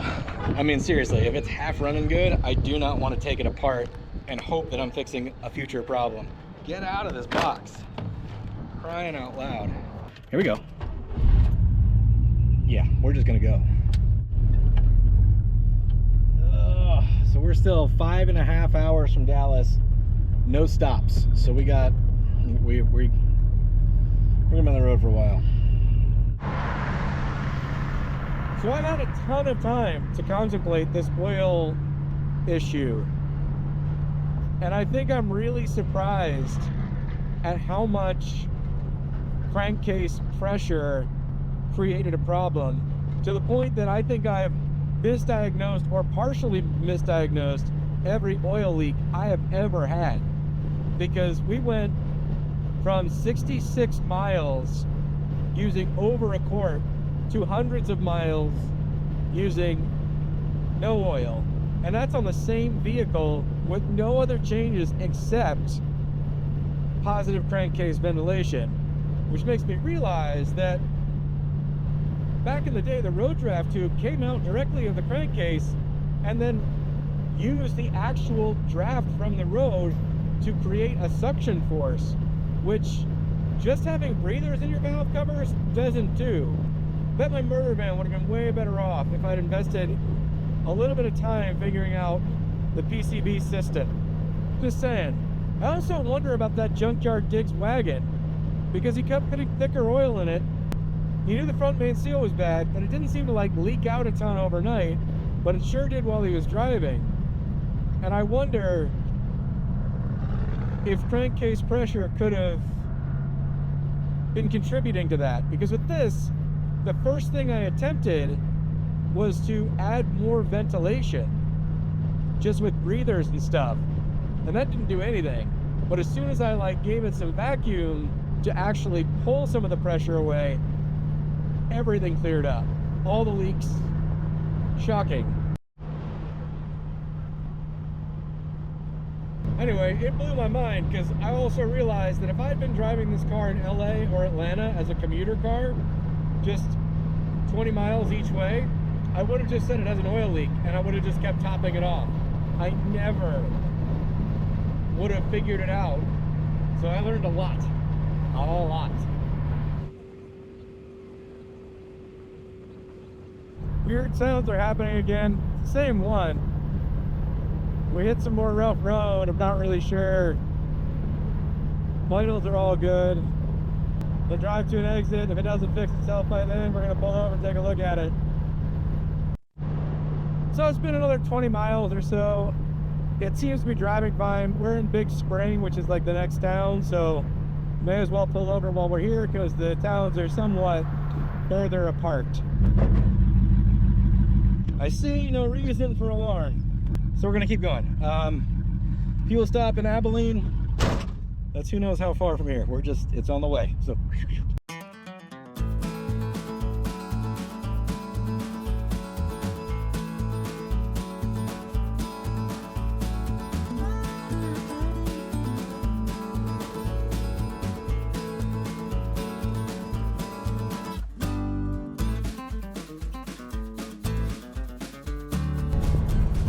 Something just sounded like it got weird again. I don't like the sound of the engine's just changing a little bit. There's town up here. I guess we'll stop. Give the car a minute. I mean, we've been moving today. It's already 7 p.m. Time changes, but we've been on the road for many, many hours.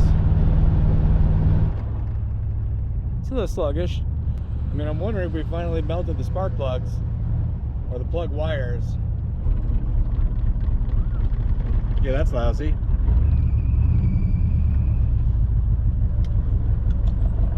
Let's see what's going on here. Feels a little bit like it's missing and that tap is back. But again, the engine's vibrating.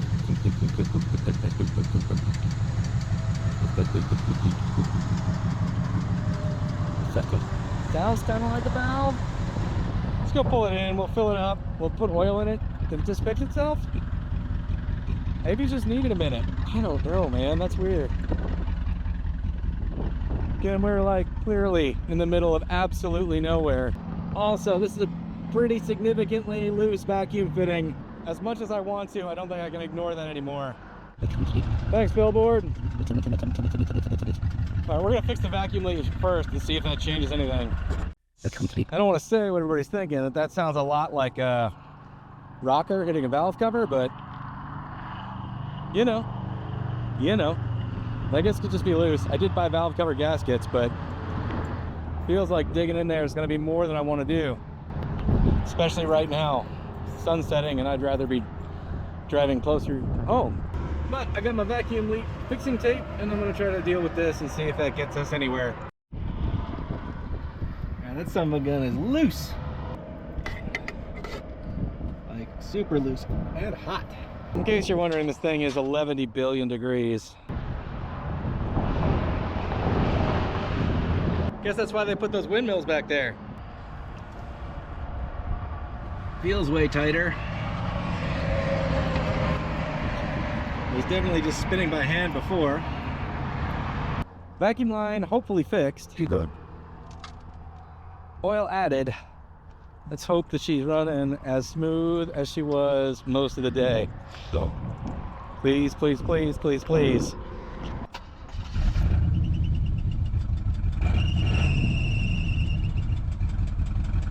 Running like crap.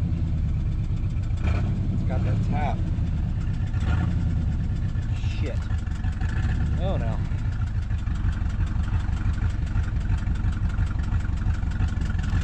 Ugh. I gotta stethoscope it now. It's not in there. Is it over here? It's not in there. Now I'm confused.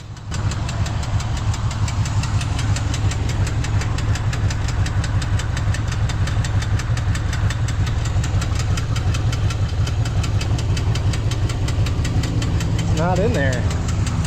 I should be able to hear that easy if it was inside the valve cover.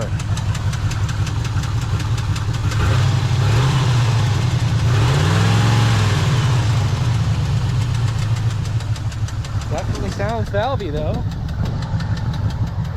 Hurry up. All right, their hotel's about 10 miles away. I'm gonna head that way. See if it fixes itself along the way. If not, I'd rather be broken down there than right here. As pretty as it is, I only have about an hour of daylight. All right, here we go. Ugh. Not loving it. 9.2 miles. Feels like we're down a cylinder. Sounds like we're down a cylinder. Let's stay on the back roads. If this was the last day, we would just put the hammer to it. But we're many, many miles. I think like 14, 15 hours of driving, minimum. I mean, I think we're still 1,000 miles plus away. So running on 7, when it's been running so good, is not the way to go here. Ugh, bummer. Bummer.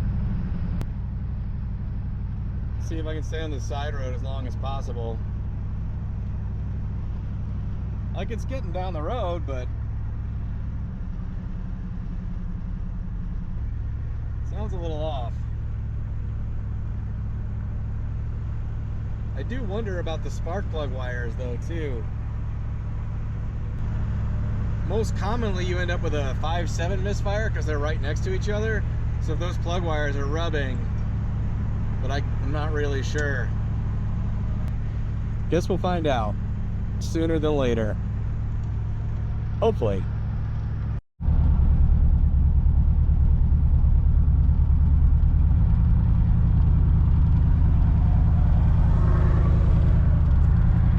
That place is cool. Mechanic on duty. Should probably go talk to him. That belt probably needs to be tightened too. So we're pulling into a town called Sweetwater. Don't know. Obviously I don't know. That's why I'm talking to you guys about it. All right, it's running absolutely terrible. All right, that tapping's not happening anymore. It's just running like crap. So we're gonna do plug wires real fast, like, hopefully.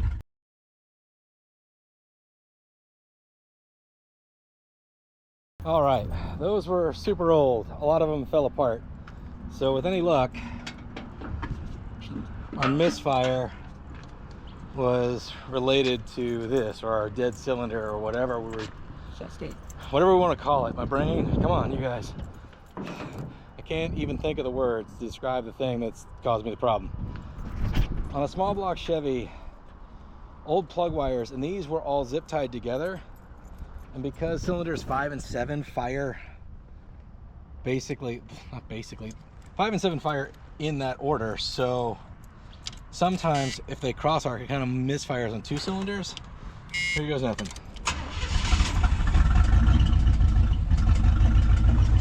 Any better?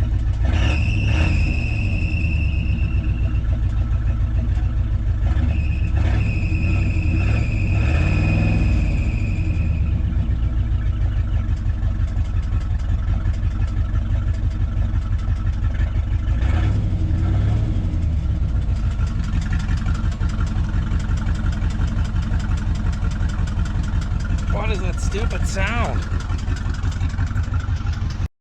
Alright, you guys are gonna think I'm nuts, but I used a metal stethoscope and it's not in the valve covers. It is loudest under here. And I swear I heard it the day I first heard this thing run. And it seemed metallic outside of the engine. I just don't know. It's running better now though. Kind of. Is it?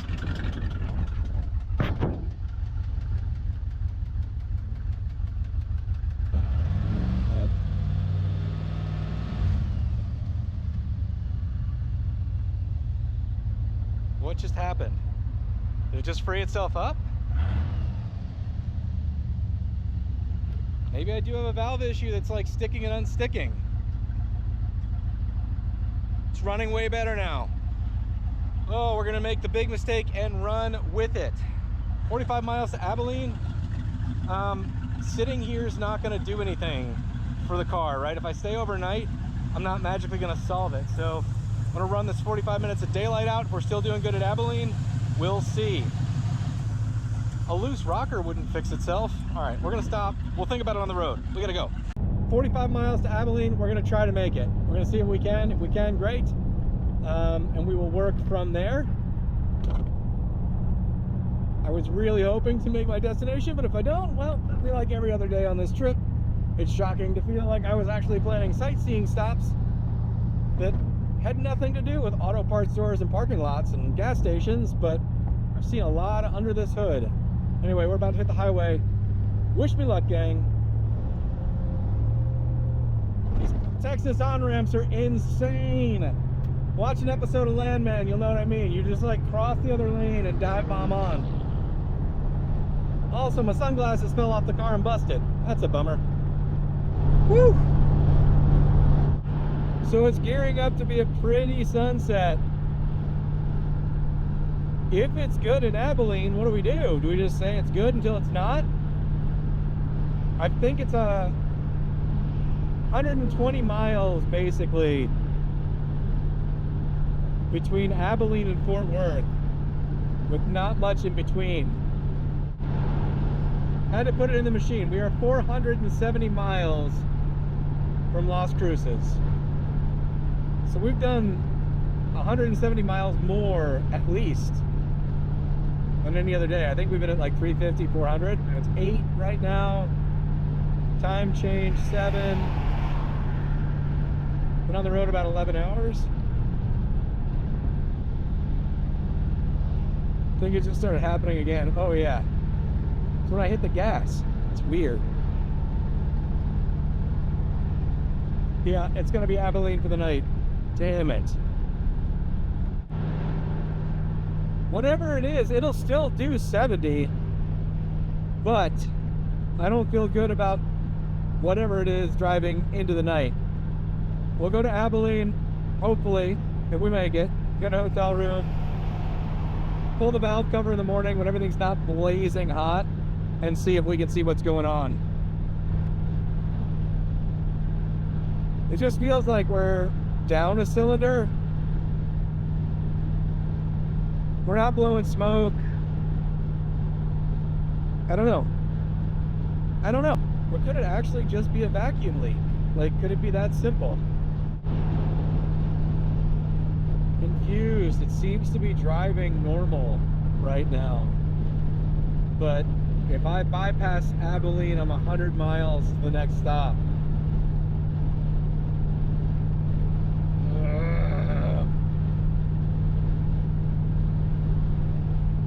It's already 8:45, or it's 8:30 local time. Sun's pretty much gone, isn't it? Well, I guess that's my answer. Dang it. It's gonna be fine. It's gonna be fine. So much like this car, I typically daily drive my classic cars. So when intermittent problems come up, I just keep driving them until they sort of manifest in a way I can solve. Worst case, I'm a tow away from home. Still at least 1,000 miles, I think. Not really sure. Don't want to look yet. It feels like it's fine again. I don't know what's happening. Well, just pulled into a hotel, see if one of these has rooms or not, but it's running okay. Hopefully good enough to get us home tomorrow. Well, closer. Still a long way. Still a long way. All right, so bad news for me. All of Abilene is sold out because there's a huge university here, and their graduation is right now. So we're gonna try to book it another 60 miles to the next town and see if we can find something. If we're sleeping in our car, it's not gonna be right here, right? Right. All right, onward.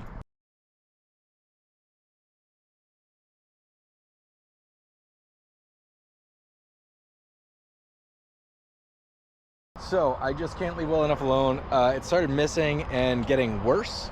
You only have a few choices here, right? You either have fuel issues, fire issues, or compression issues. And I don't really think I magically got compression issues. Everything's been doing pretty well. Fuel, I've got it. Fire, though, seems problematic. So take a look in here. We'll look in the daylight, but it's 11 p.m. and I'm lonely, so thanks for being here with me. There's enough evidence in here. That button doesn't look right to me. On the top of the rotor, looks pretty crusty. I gotta see how close the closest auto parts store is, and we're gonna start by dealing with the ignition system tomorrow morning. That's definitely the kind of thing that would manifest itself and then be worse under load, which is the situation that we have going on now. Gang, there's no O'Reilly Auto Parts 3-minute drive away, which means if I had to, I could hoof it. We'll see you bright and early. Enjoy whatever you're doing. Hopefully you're comfy and cozy. Have a pal with you. Enjoy it for me. All right, we'll see you guys in the morning when we get with this problemo.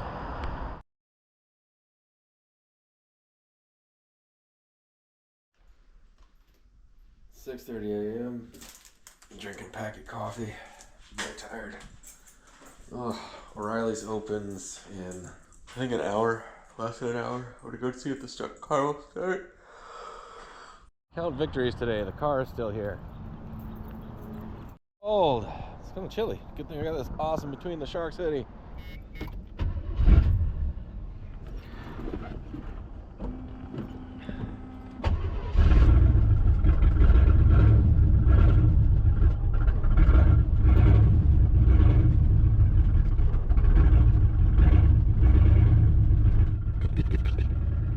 Alright, it'll run, but not great. And then hope our issue is ignition related. It smells super rich, which means there's not a lot of burned fuel.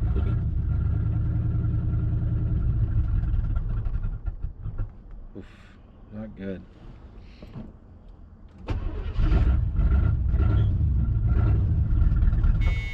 This is kind of like a one thing at a time situation, right? Like I need to change the cap rotor situation and then see what we get. If that improves things, great. If not, I guess we pull the valve covers. At least O'Reilly's right there. 6:45. It's 45 minutes. I think I'm just gonna hoof it. They don't open for a half hour. It's been a lot of stress and not a lot of exercise, and it's kind of pretty this morning, so we'll walk over there. It's less than a half mile, and go buy all the parts that I can think of, come back here and start working on it. So if you're wondering why I didn't tune the car up before we got started, I don't ever do that. If I buy a car and it works kind of, I drive it until I kind of learn it, because if I change a bunch of stuff and then have issues, I don't know where it was. I like replacing parts one at a time. Honestly, under the if it ain't broke, don't fix it mantra, because if you have something decent and you just change parts on it, you may suddenly knock something loose, get something wrong, or get a bad part right out of the box. And then you instantly start to chase your tail. So, not making excuses, because I'm living this struggle right now. But anyway, I really hope it's the ignition, because it does look hammered. Funny story though. I was looking at the ignition stuff and, you know, trying to corroborate my own story about the ignition maybe being the problem, because I wanted to feel better that I might actually be able to get 1,000 more miles back home. There I am Googling it, and I find my own video on engine misfires under load.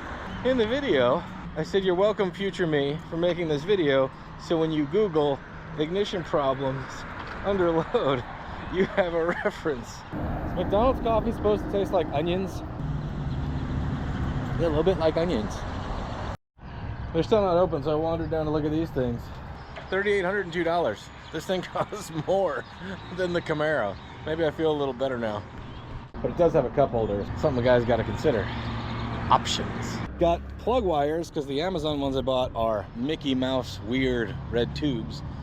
Cap rotor, and then I bought a brand new distributor. Now, I did that because they did not have a coil in stock, but also I poked my head in there and I saw a condenser, which means it's an old style distributor And if the pickup coil is bad, well, I need the new distributor anyway. So for expediency's sake, I'm thinking I may just swap the cap off the new distributor that already has the coil in it. It's ready to go, just because we're 1,000 miles from home, you know. Like, what's 50 bucks right now? I'm losing my butt.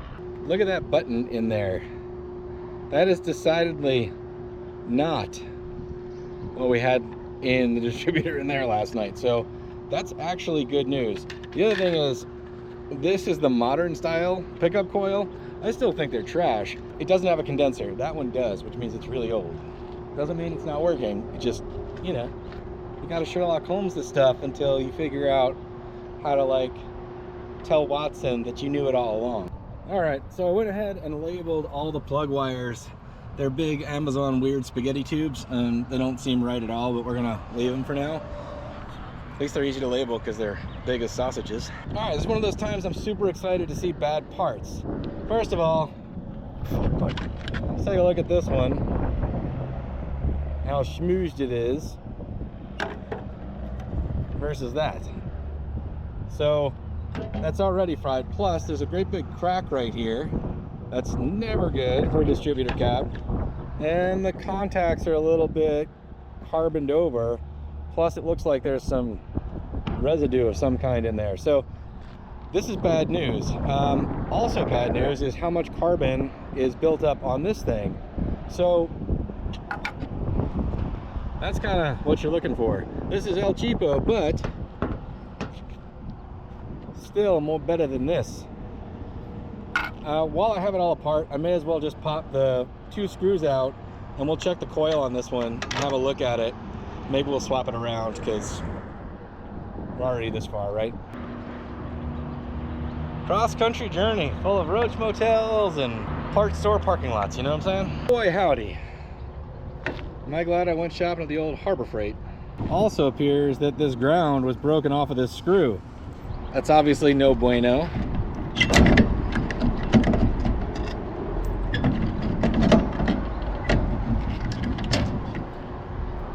Yowzers. You know what? The coil might actually be okay, but I don't want to get into fixing this ground and stuff right now. We're going to call this spare parts. It's going to be great. We're going to put it in the box. We're going to throw that other cap on. It's going to be fine. I hope it's going to be fine. So these are actually both Blue Streak parts, so you can see how carbonified this is versus this. So as I work to get this back together, what I'm hoping is everything was working, but the spark was going everywhere because of the cracks, the gunk, and the burned up parts and pieces, so it was firing, but the spark was just zapping all around. There are a few ways these things can go bad. The pickup coil creates a magnetic field that sends the spark signal, and you know, it works kind of like points but not mechanical, and the only way you can diagnose it is stare at it real hard and then see if it confesses. Points, you can just tell if they open or close. But hopefully all those parts are actually good. The spark was getting sent at the right time, but getting distributed all wrong. Distributor. All right, early small block 1843657 If you don't remember that, just get yourself a Freiburger t-shirt. It'll help you because it's right there on the front. When you look in the mirror, it's backwards, so just remember that. All right, it's back together. I'll clean this off, and it's a moment of truth. I want to barf. That's not good. That's not good. That's not confidence. All right. I want to barf because if this doesn't work, I have no idea what to do. Yeah, I do. It's change the distributor, but come on, car gods.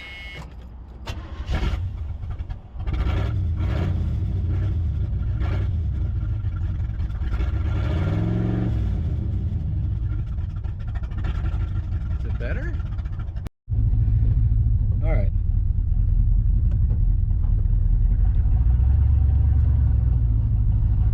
Definitely more better.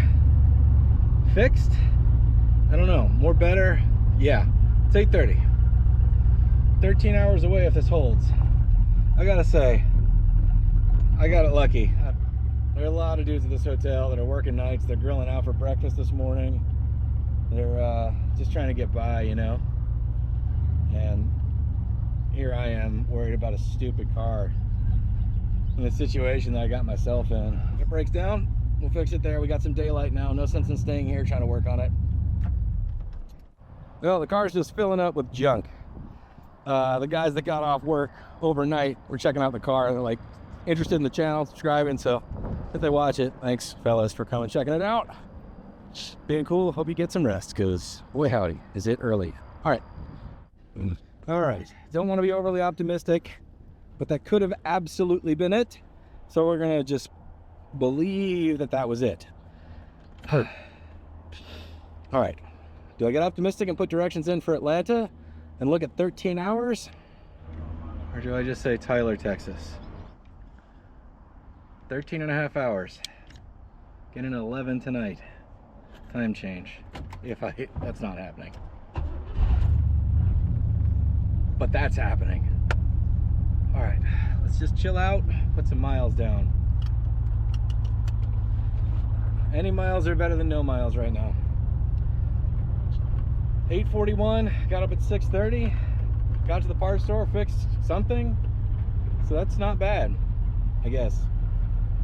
Who am I trying to convince? Me. Literally just got on the highway, my foot's barely in it. Last night I was in it to stay at 60. So we're at 70 right now and I'm barely on it, which is kind of like we were at the better parts of the trip. So fingers crossed.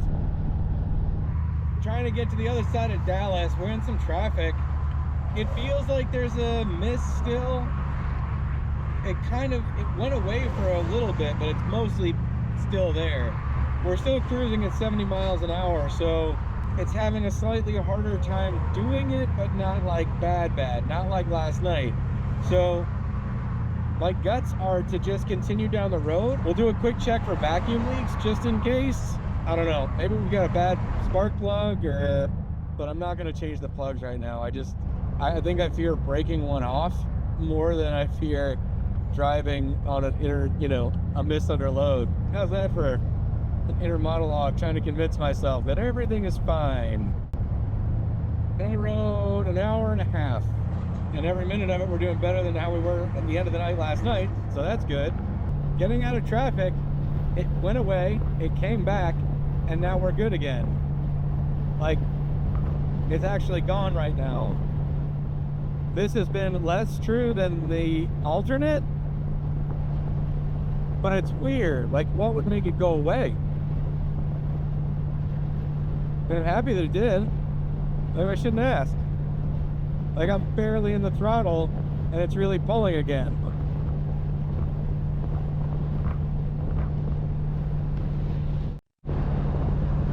Went up a hill and now it's back. Trying to see if I can control it, and I really can't. Looking for clues, gang. It's running great when it's not missing. But there it is again.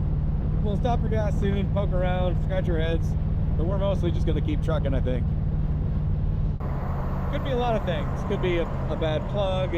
Could still have an issue in the distributor, like the ignition control module, vacuum leak. It's just so weird when it goes away. Went away. It just occurred to me, I wonder if the choke is sticking. It's back again. Still something. All right, we're gonna do a little vacuum leak check, check the choke, that kind of thing. Then get back on the road if I don't see anything obvious.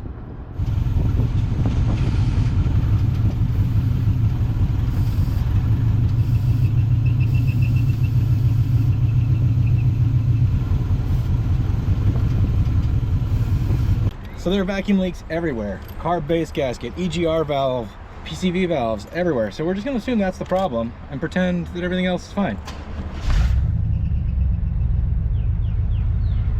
It's running good now. It's interesting. I mean, some of those vacuum issues really could make themselves worse under load.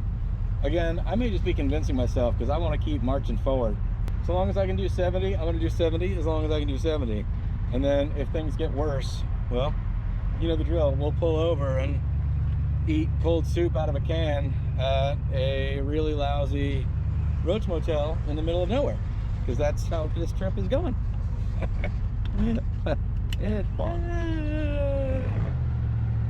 It's doing great right now. I did tighten some vacuum fittings, but like now it's running super smooth, has tons of power when I'm barely on the gas. I'm afraid to like punch it, but I gotta merge. The United States is a great big country. I mean, we left LA, we basically left the desert right by the Pacific Ocean. I've been driving through the deserts of the Southwest, and now we're getting to the lush, green, you know, southern plains, I guess. I mean, it's pretty out here too. It's just a different kind of pretty. I do think the desert in the Southwest is my favorite though, because my home is very green like this, like very, very, very green most of the year. So seeing everything that's red all the time and like those shades is really cool.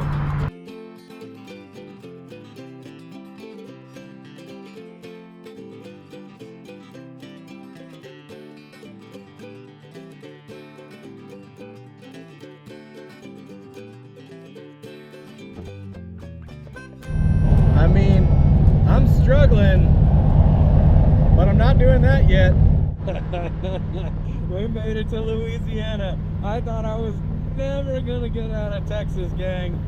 We still have, you know, if you're not into the US geography here, we gotta get all the way across Louisiana, all the way across Mississippi, all the way across Alabama, and then into Georgia. We are not out of the woods yet. In fact, we are just into the woods, literally. We're now getting into the trees that we will be in for the next 3 states, but we made it out of Texas. We've been on the road for almost 5 hours with that one stop at the gas station. It's got to be 75, 80 degrees out, and we are running right on temperature. Oil pressure is good, and we're cruising at 70, 75. With this gear ratio set to tire size, 70 miles an hour is 2,500 RPM, which is kind of where it wants to be for long-term cruising. So I don't know if you heard that tire hit. Like, these bumps are, woo! I would say progress is being made. 300 miles so far. It is 1:43 local time. That is like no miles for a modern car on a regular road trip, but for us, that's killing it, gang. Like,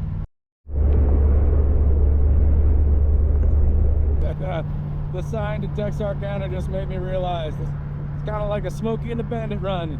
We're running from Texas to Atlanta in a 79 Camaro. Not a Trans Am, but that's the closest I'm gonna get. Eastbound down. Hot damn, we're gonna make it. Oh, we've been on the road for 3 straight hours and it's been doing great, but we just got stuck in this. So she's idling a little bit lower than I want. Good news is temperature and oil pressure are fine.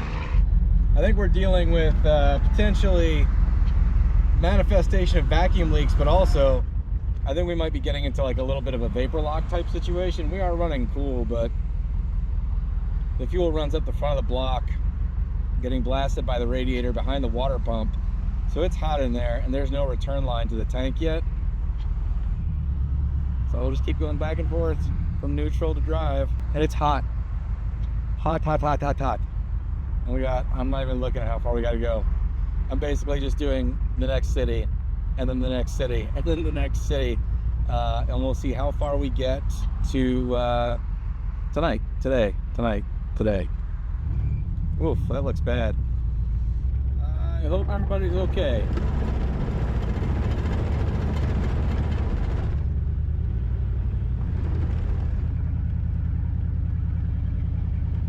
Jeez.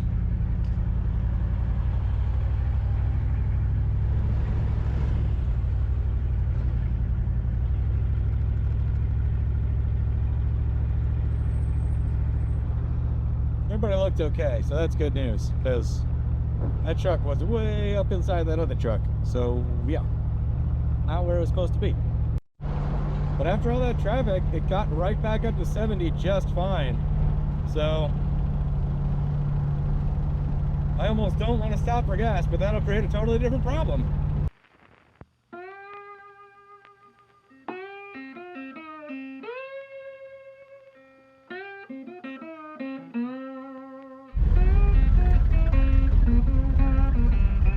All right, the gas was cheap, but the water was expensive. $8 for 2 cold waters, but it's hot, so that's what we're doing. Gonna go see if it starts. I'm not even opening the hood. Not even doing it. 13 gallons, 240 miles. It's not that bad. A little choppy right now. Fuel's probably a little boily right now. Just gotta get her back on the highway where she belongs. All right, it's 3:20 local time. Technically, I'm still 7.5, 8 hours from Atlanta. So that's what, 11:30? Local time will make it, wait, 3, 4, 5, 6, 7, 8, 9, 10, 11. 11, so it'll be midnight Atlanta time. So midnight Atlanta time, but that's only 9 p.m. LA time. So I've been in all the time zones in the country, or will be by the end of this journey. Don't know if we'll make it that far tonight. But it seems reasonable though. Oh no. Paper lock. Alright. We know how to deal with that around here. Alright, so we are in the middle of Louisiana. Closest town is Monroe, which, if you're familiar with Duck Dynasty, it's about what put this on the map. We're actually getting pretty close to the ambush spot where they killed Bonnie and Clyde. It's not far off the highway, it's maybe 15 miles or so. Pretty wild story. The lawmen had gotten word they were in the area, and as far as I know, no attempt for arrest was made at this particular time. They waited for the car, they popped up, caught it in a crossfire, and there were 137 bullet holes in the car. That doesn't include what went through the glass and the missed shots. So rather than try to apprehend them, they just decided to cut the car in half with a machine gun. And they about did. 1934 Ford sedan. Crazy. Crazy. And honestly, yes, it is a place I thought I was gonna stop and we'd check it out, but like, at this point we're doing so good. I just, this is the adventure. You're looking at it right here. But we're doing 75 miles an hour and it is just humming. It's still staying cool. Oil pressure's great. Like, this is kind of what I thought the whole trip was going to be, with a little hiccup here or there. So we would do a lot more sightseeing. But given all the unexpected excitement coming from the vehicle itself, we're just... So is it right there, gang? We're getting into Mississippi. Unbelievable. We were west of Fort Worth this morning.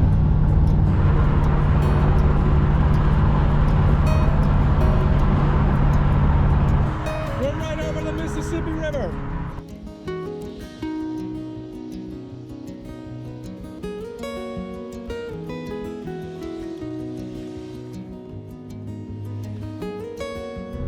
Gang, I can't believe it.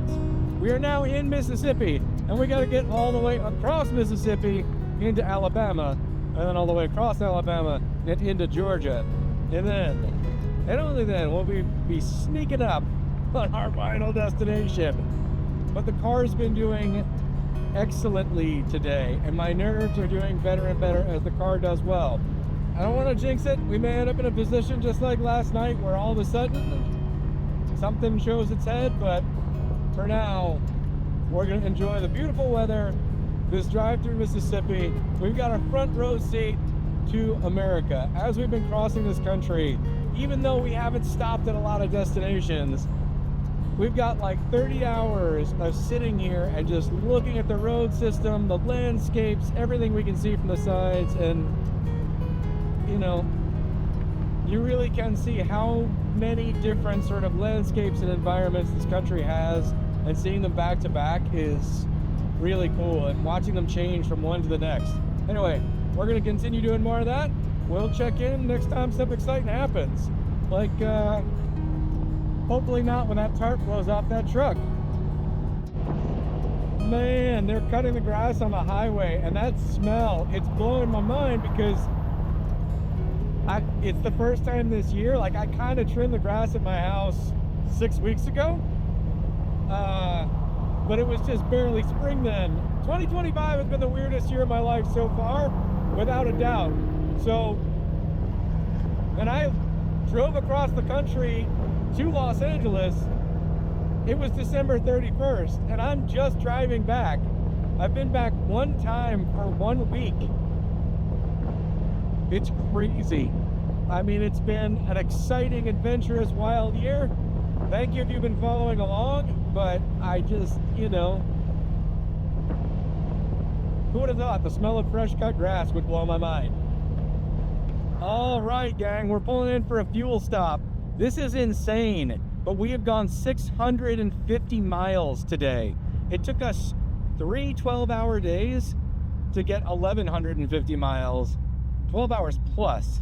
We are, it's 7:12 a.m. I was pretty much getting coffee at 7:12 a.m. waiting for the auto parts store to open, which is mind-blowing. So we've been at it for 12 hours. The craziest thing about that is that means I'm less than 300 miles from home, which would be a 950 mile day in this thing, which is bananas. But the last thing I want to do is try to find a hotel and whatever else. Like, it's running pretty darn well. Oil pressure's great, temperature's great. Even pulling in right now, I've got a vacuum leak everywhere, but right now it's idling perfectly as I pull into the station. So we're gonna fuel up, and then while we do that, let's talk about a plan.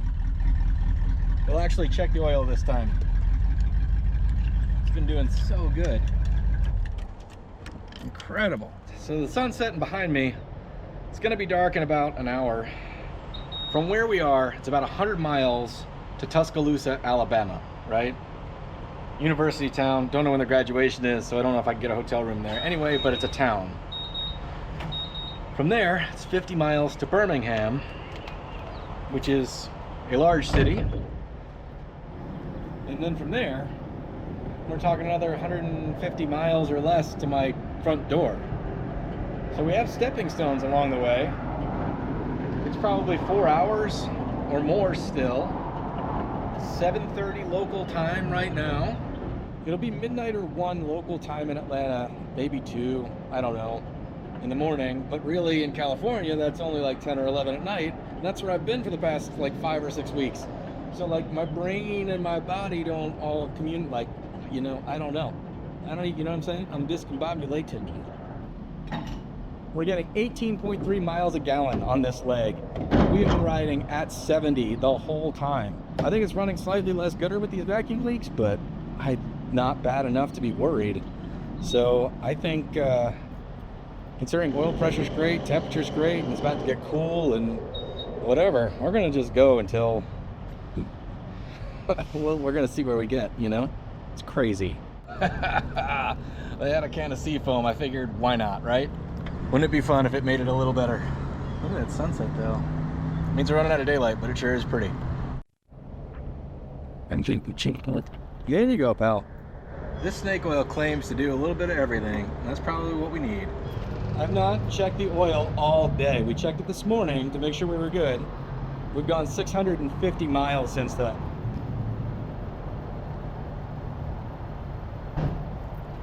Oh, it's a little browner than it used to be, that's for sure.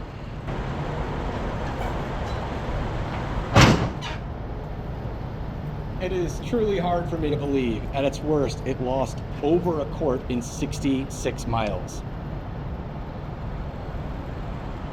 Incredible. I kind of expected this is how she'd be running on day one. There's a reason this is much more of an adventure than it was a trip. We followed the moment. We did what the moment required. And that's about it. And we are going to continue to do that. We'll see what happens. We'll see you out there on the road. See if she'll fire up. Come on, fire up.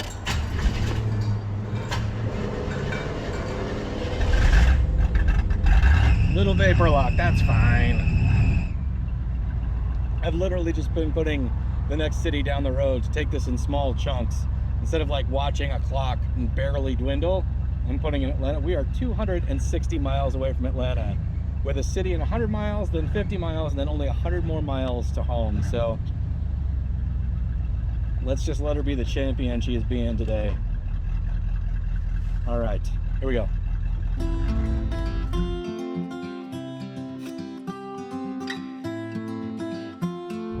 There we go, we're getting into Alabama. We're doing 75 miles an hour. Insane. We left the middle of Texas this morning. It's Thursday, and we left Los Angeles, California on Monday. We got to cross through Alabama. Fingers crossed everything goes well. We'll be back in Georgia. Mind-blowing. In a 79 Camaro that was in the back of a warehouse that was only used for the movies for how long, with 26-year-old tires on it. Anyway, if you'd have asked me before I left, I'd be like, yeah, of course it's gonna make it. If you asked me at the end of Monday, I was like, nah, I don't know. So, fingers crossed, let's not jinx it. Onward, we'll see you in a bit. So we are headed right into that thunderstorm. It's supposed to arrive at Tuscaloosa the same time we are. I think I'm gonna just ease off the gas a little bit and hope that we only catch the tail end, if any of it. They're little spotty storms, but they're intense.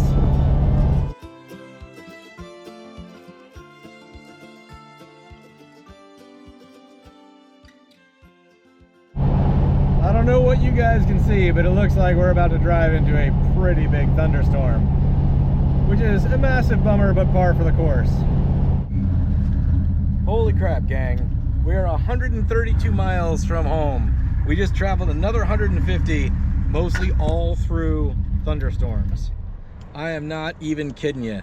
It got so bad at some points, I just had to follow a tractor trailer. As a helpful little port in the storm, we're gonna visit a theme park disguised as a gas station. It's like Wally World, and I'm Chevy Chase. That's right, we're at Buc-ee's. Shouldn't need to fuel up, but we're gonna do it anyway. I gotta check that belt tension in the rain. It was really squealing. Whew. All right, maybe we'll go ahead and cinch it up just a little bit. It's a little loose. It's probably wearing down some. We can fix that. Stretch our legs, because 26 hours ago, we limped this car into a motel in Eastland, Texas.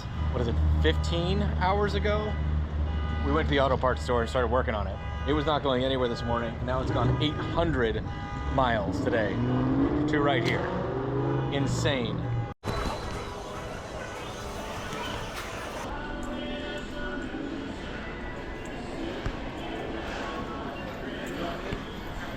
It's ridiculous. That little beaver dude's pretty great, so he's almost too good. You probably shouldn't trust him, you know what I'm saying? People rave about their brisket, but honestly, I think their fried chicken sandas are where it's at. However, they didn't have any of those, and I wasn't waiting. We're gonna do this, we're gonna get going. But don't worry, I got a brisket. Got fuel, got brisket, adjusted our doohickey. I think it's time to hit the road again. It's 10 p.m. local time. We started at 7 a.m. 2 hours and 6 minutes, 131 more miles to go. Whew. Here we go. A little vapor lock or boil over or whatever. It's fun. We've been running since 9:30 this morning. It's 10:12 at night. I mean, it's a lot to ask of a car that wasn't running this morning, you know?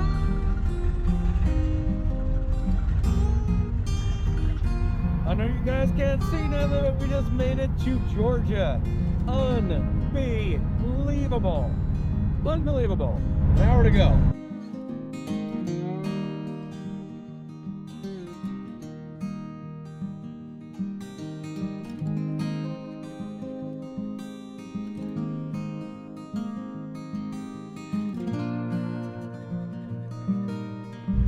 Oh, we just about made it.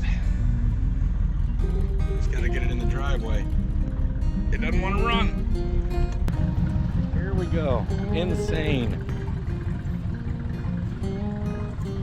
2,200 miles. Where can I get the shot from?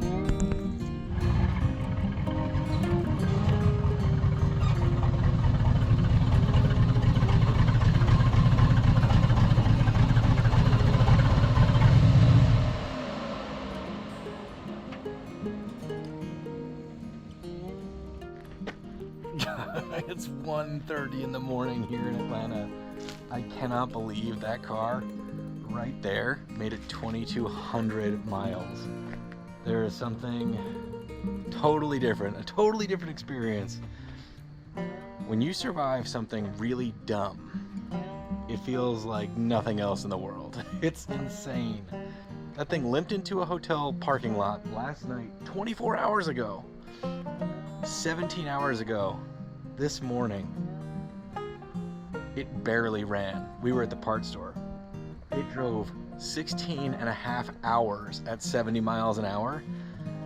950 miles today, just today. 2,200 miles plus total. And today is the longest I have ever driven any car, both distance and time. Everything about this blows my mind. I can't believe I made it.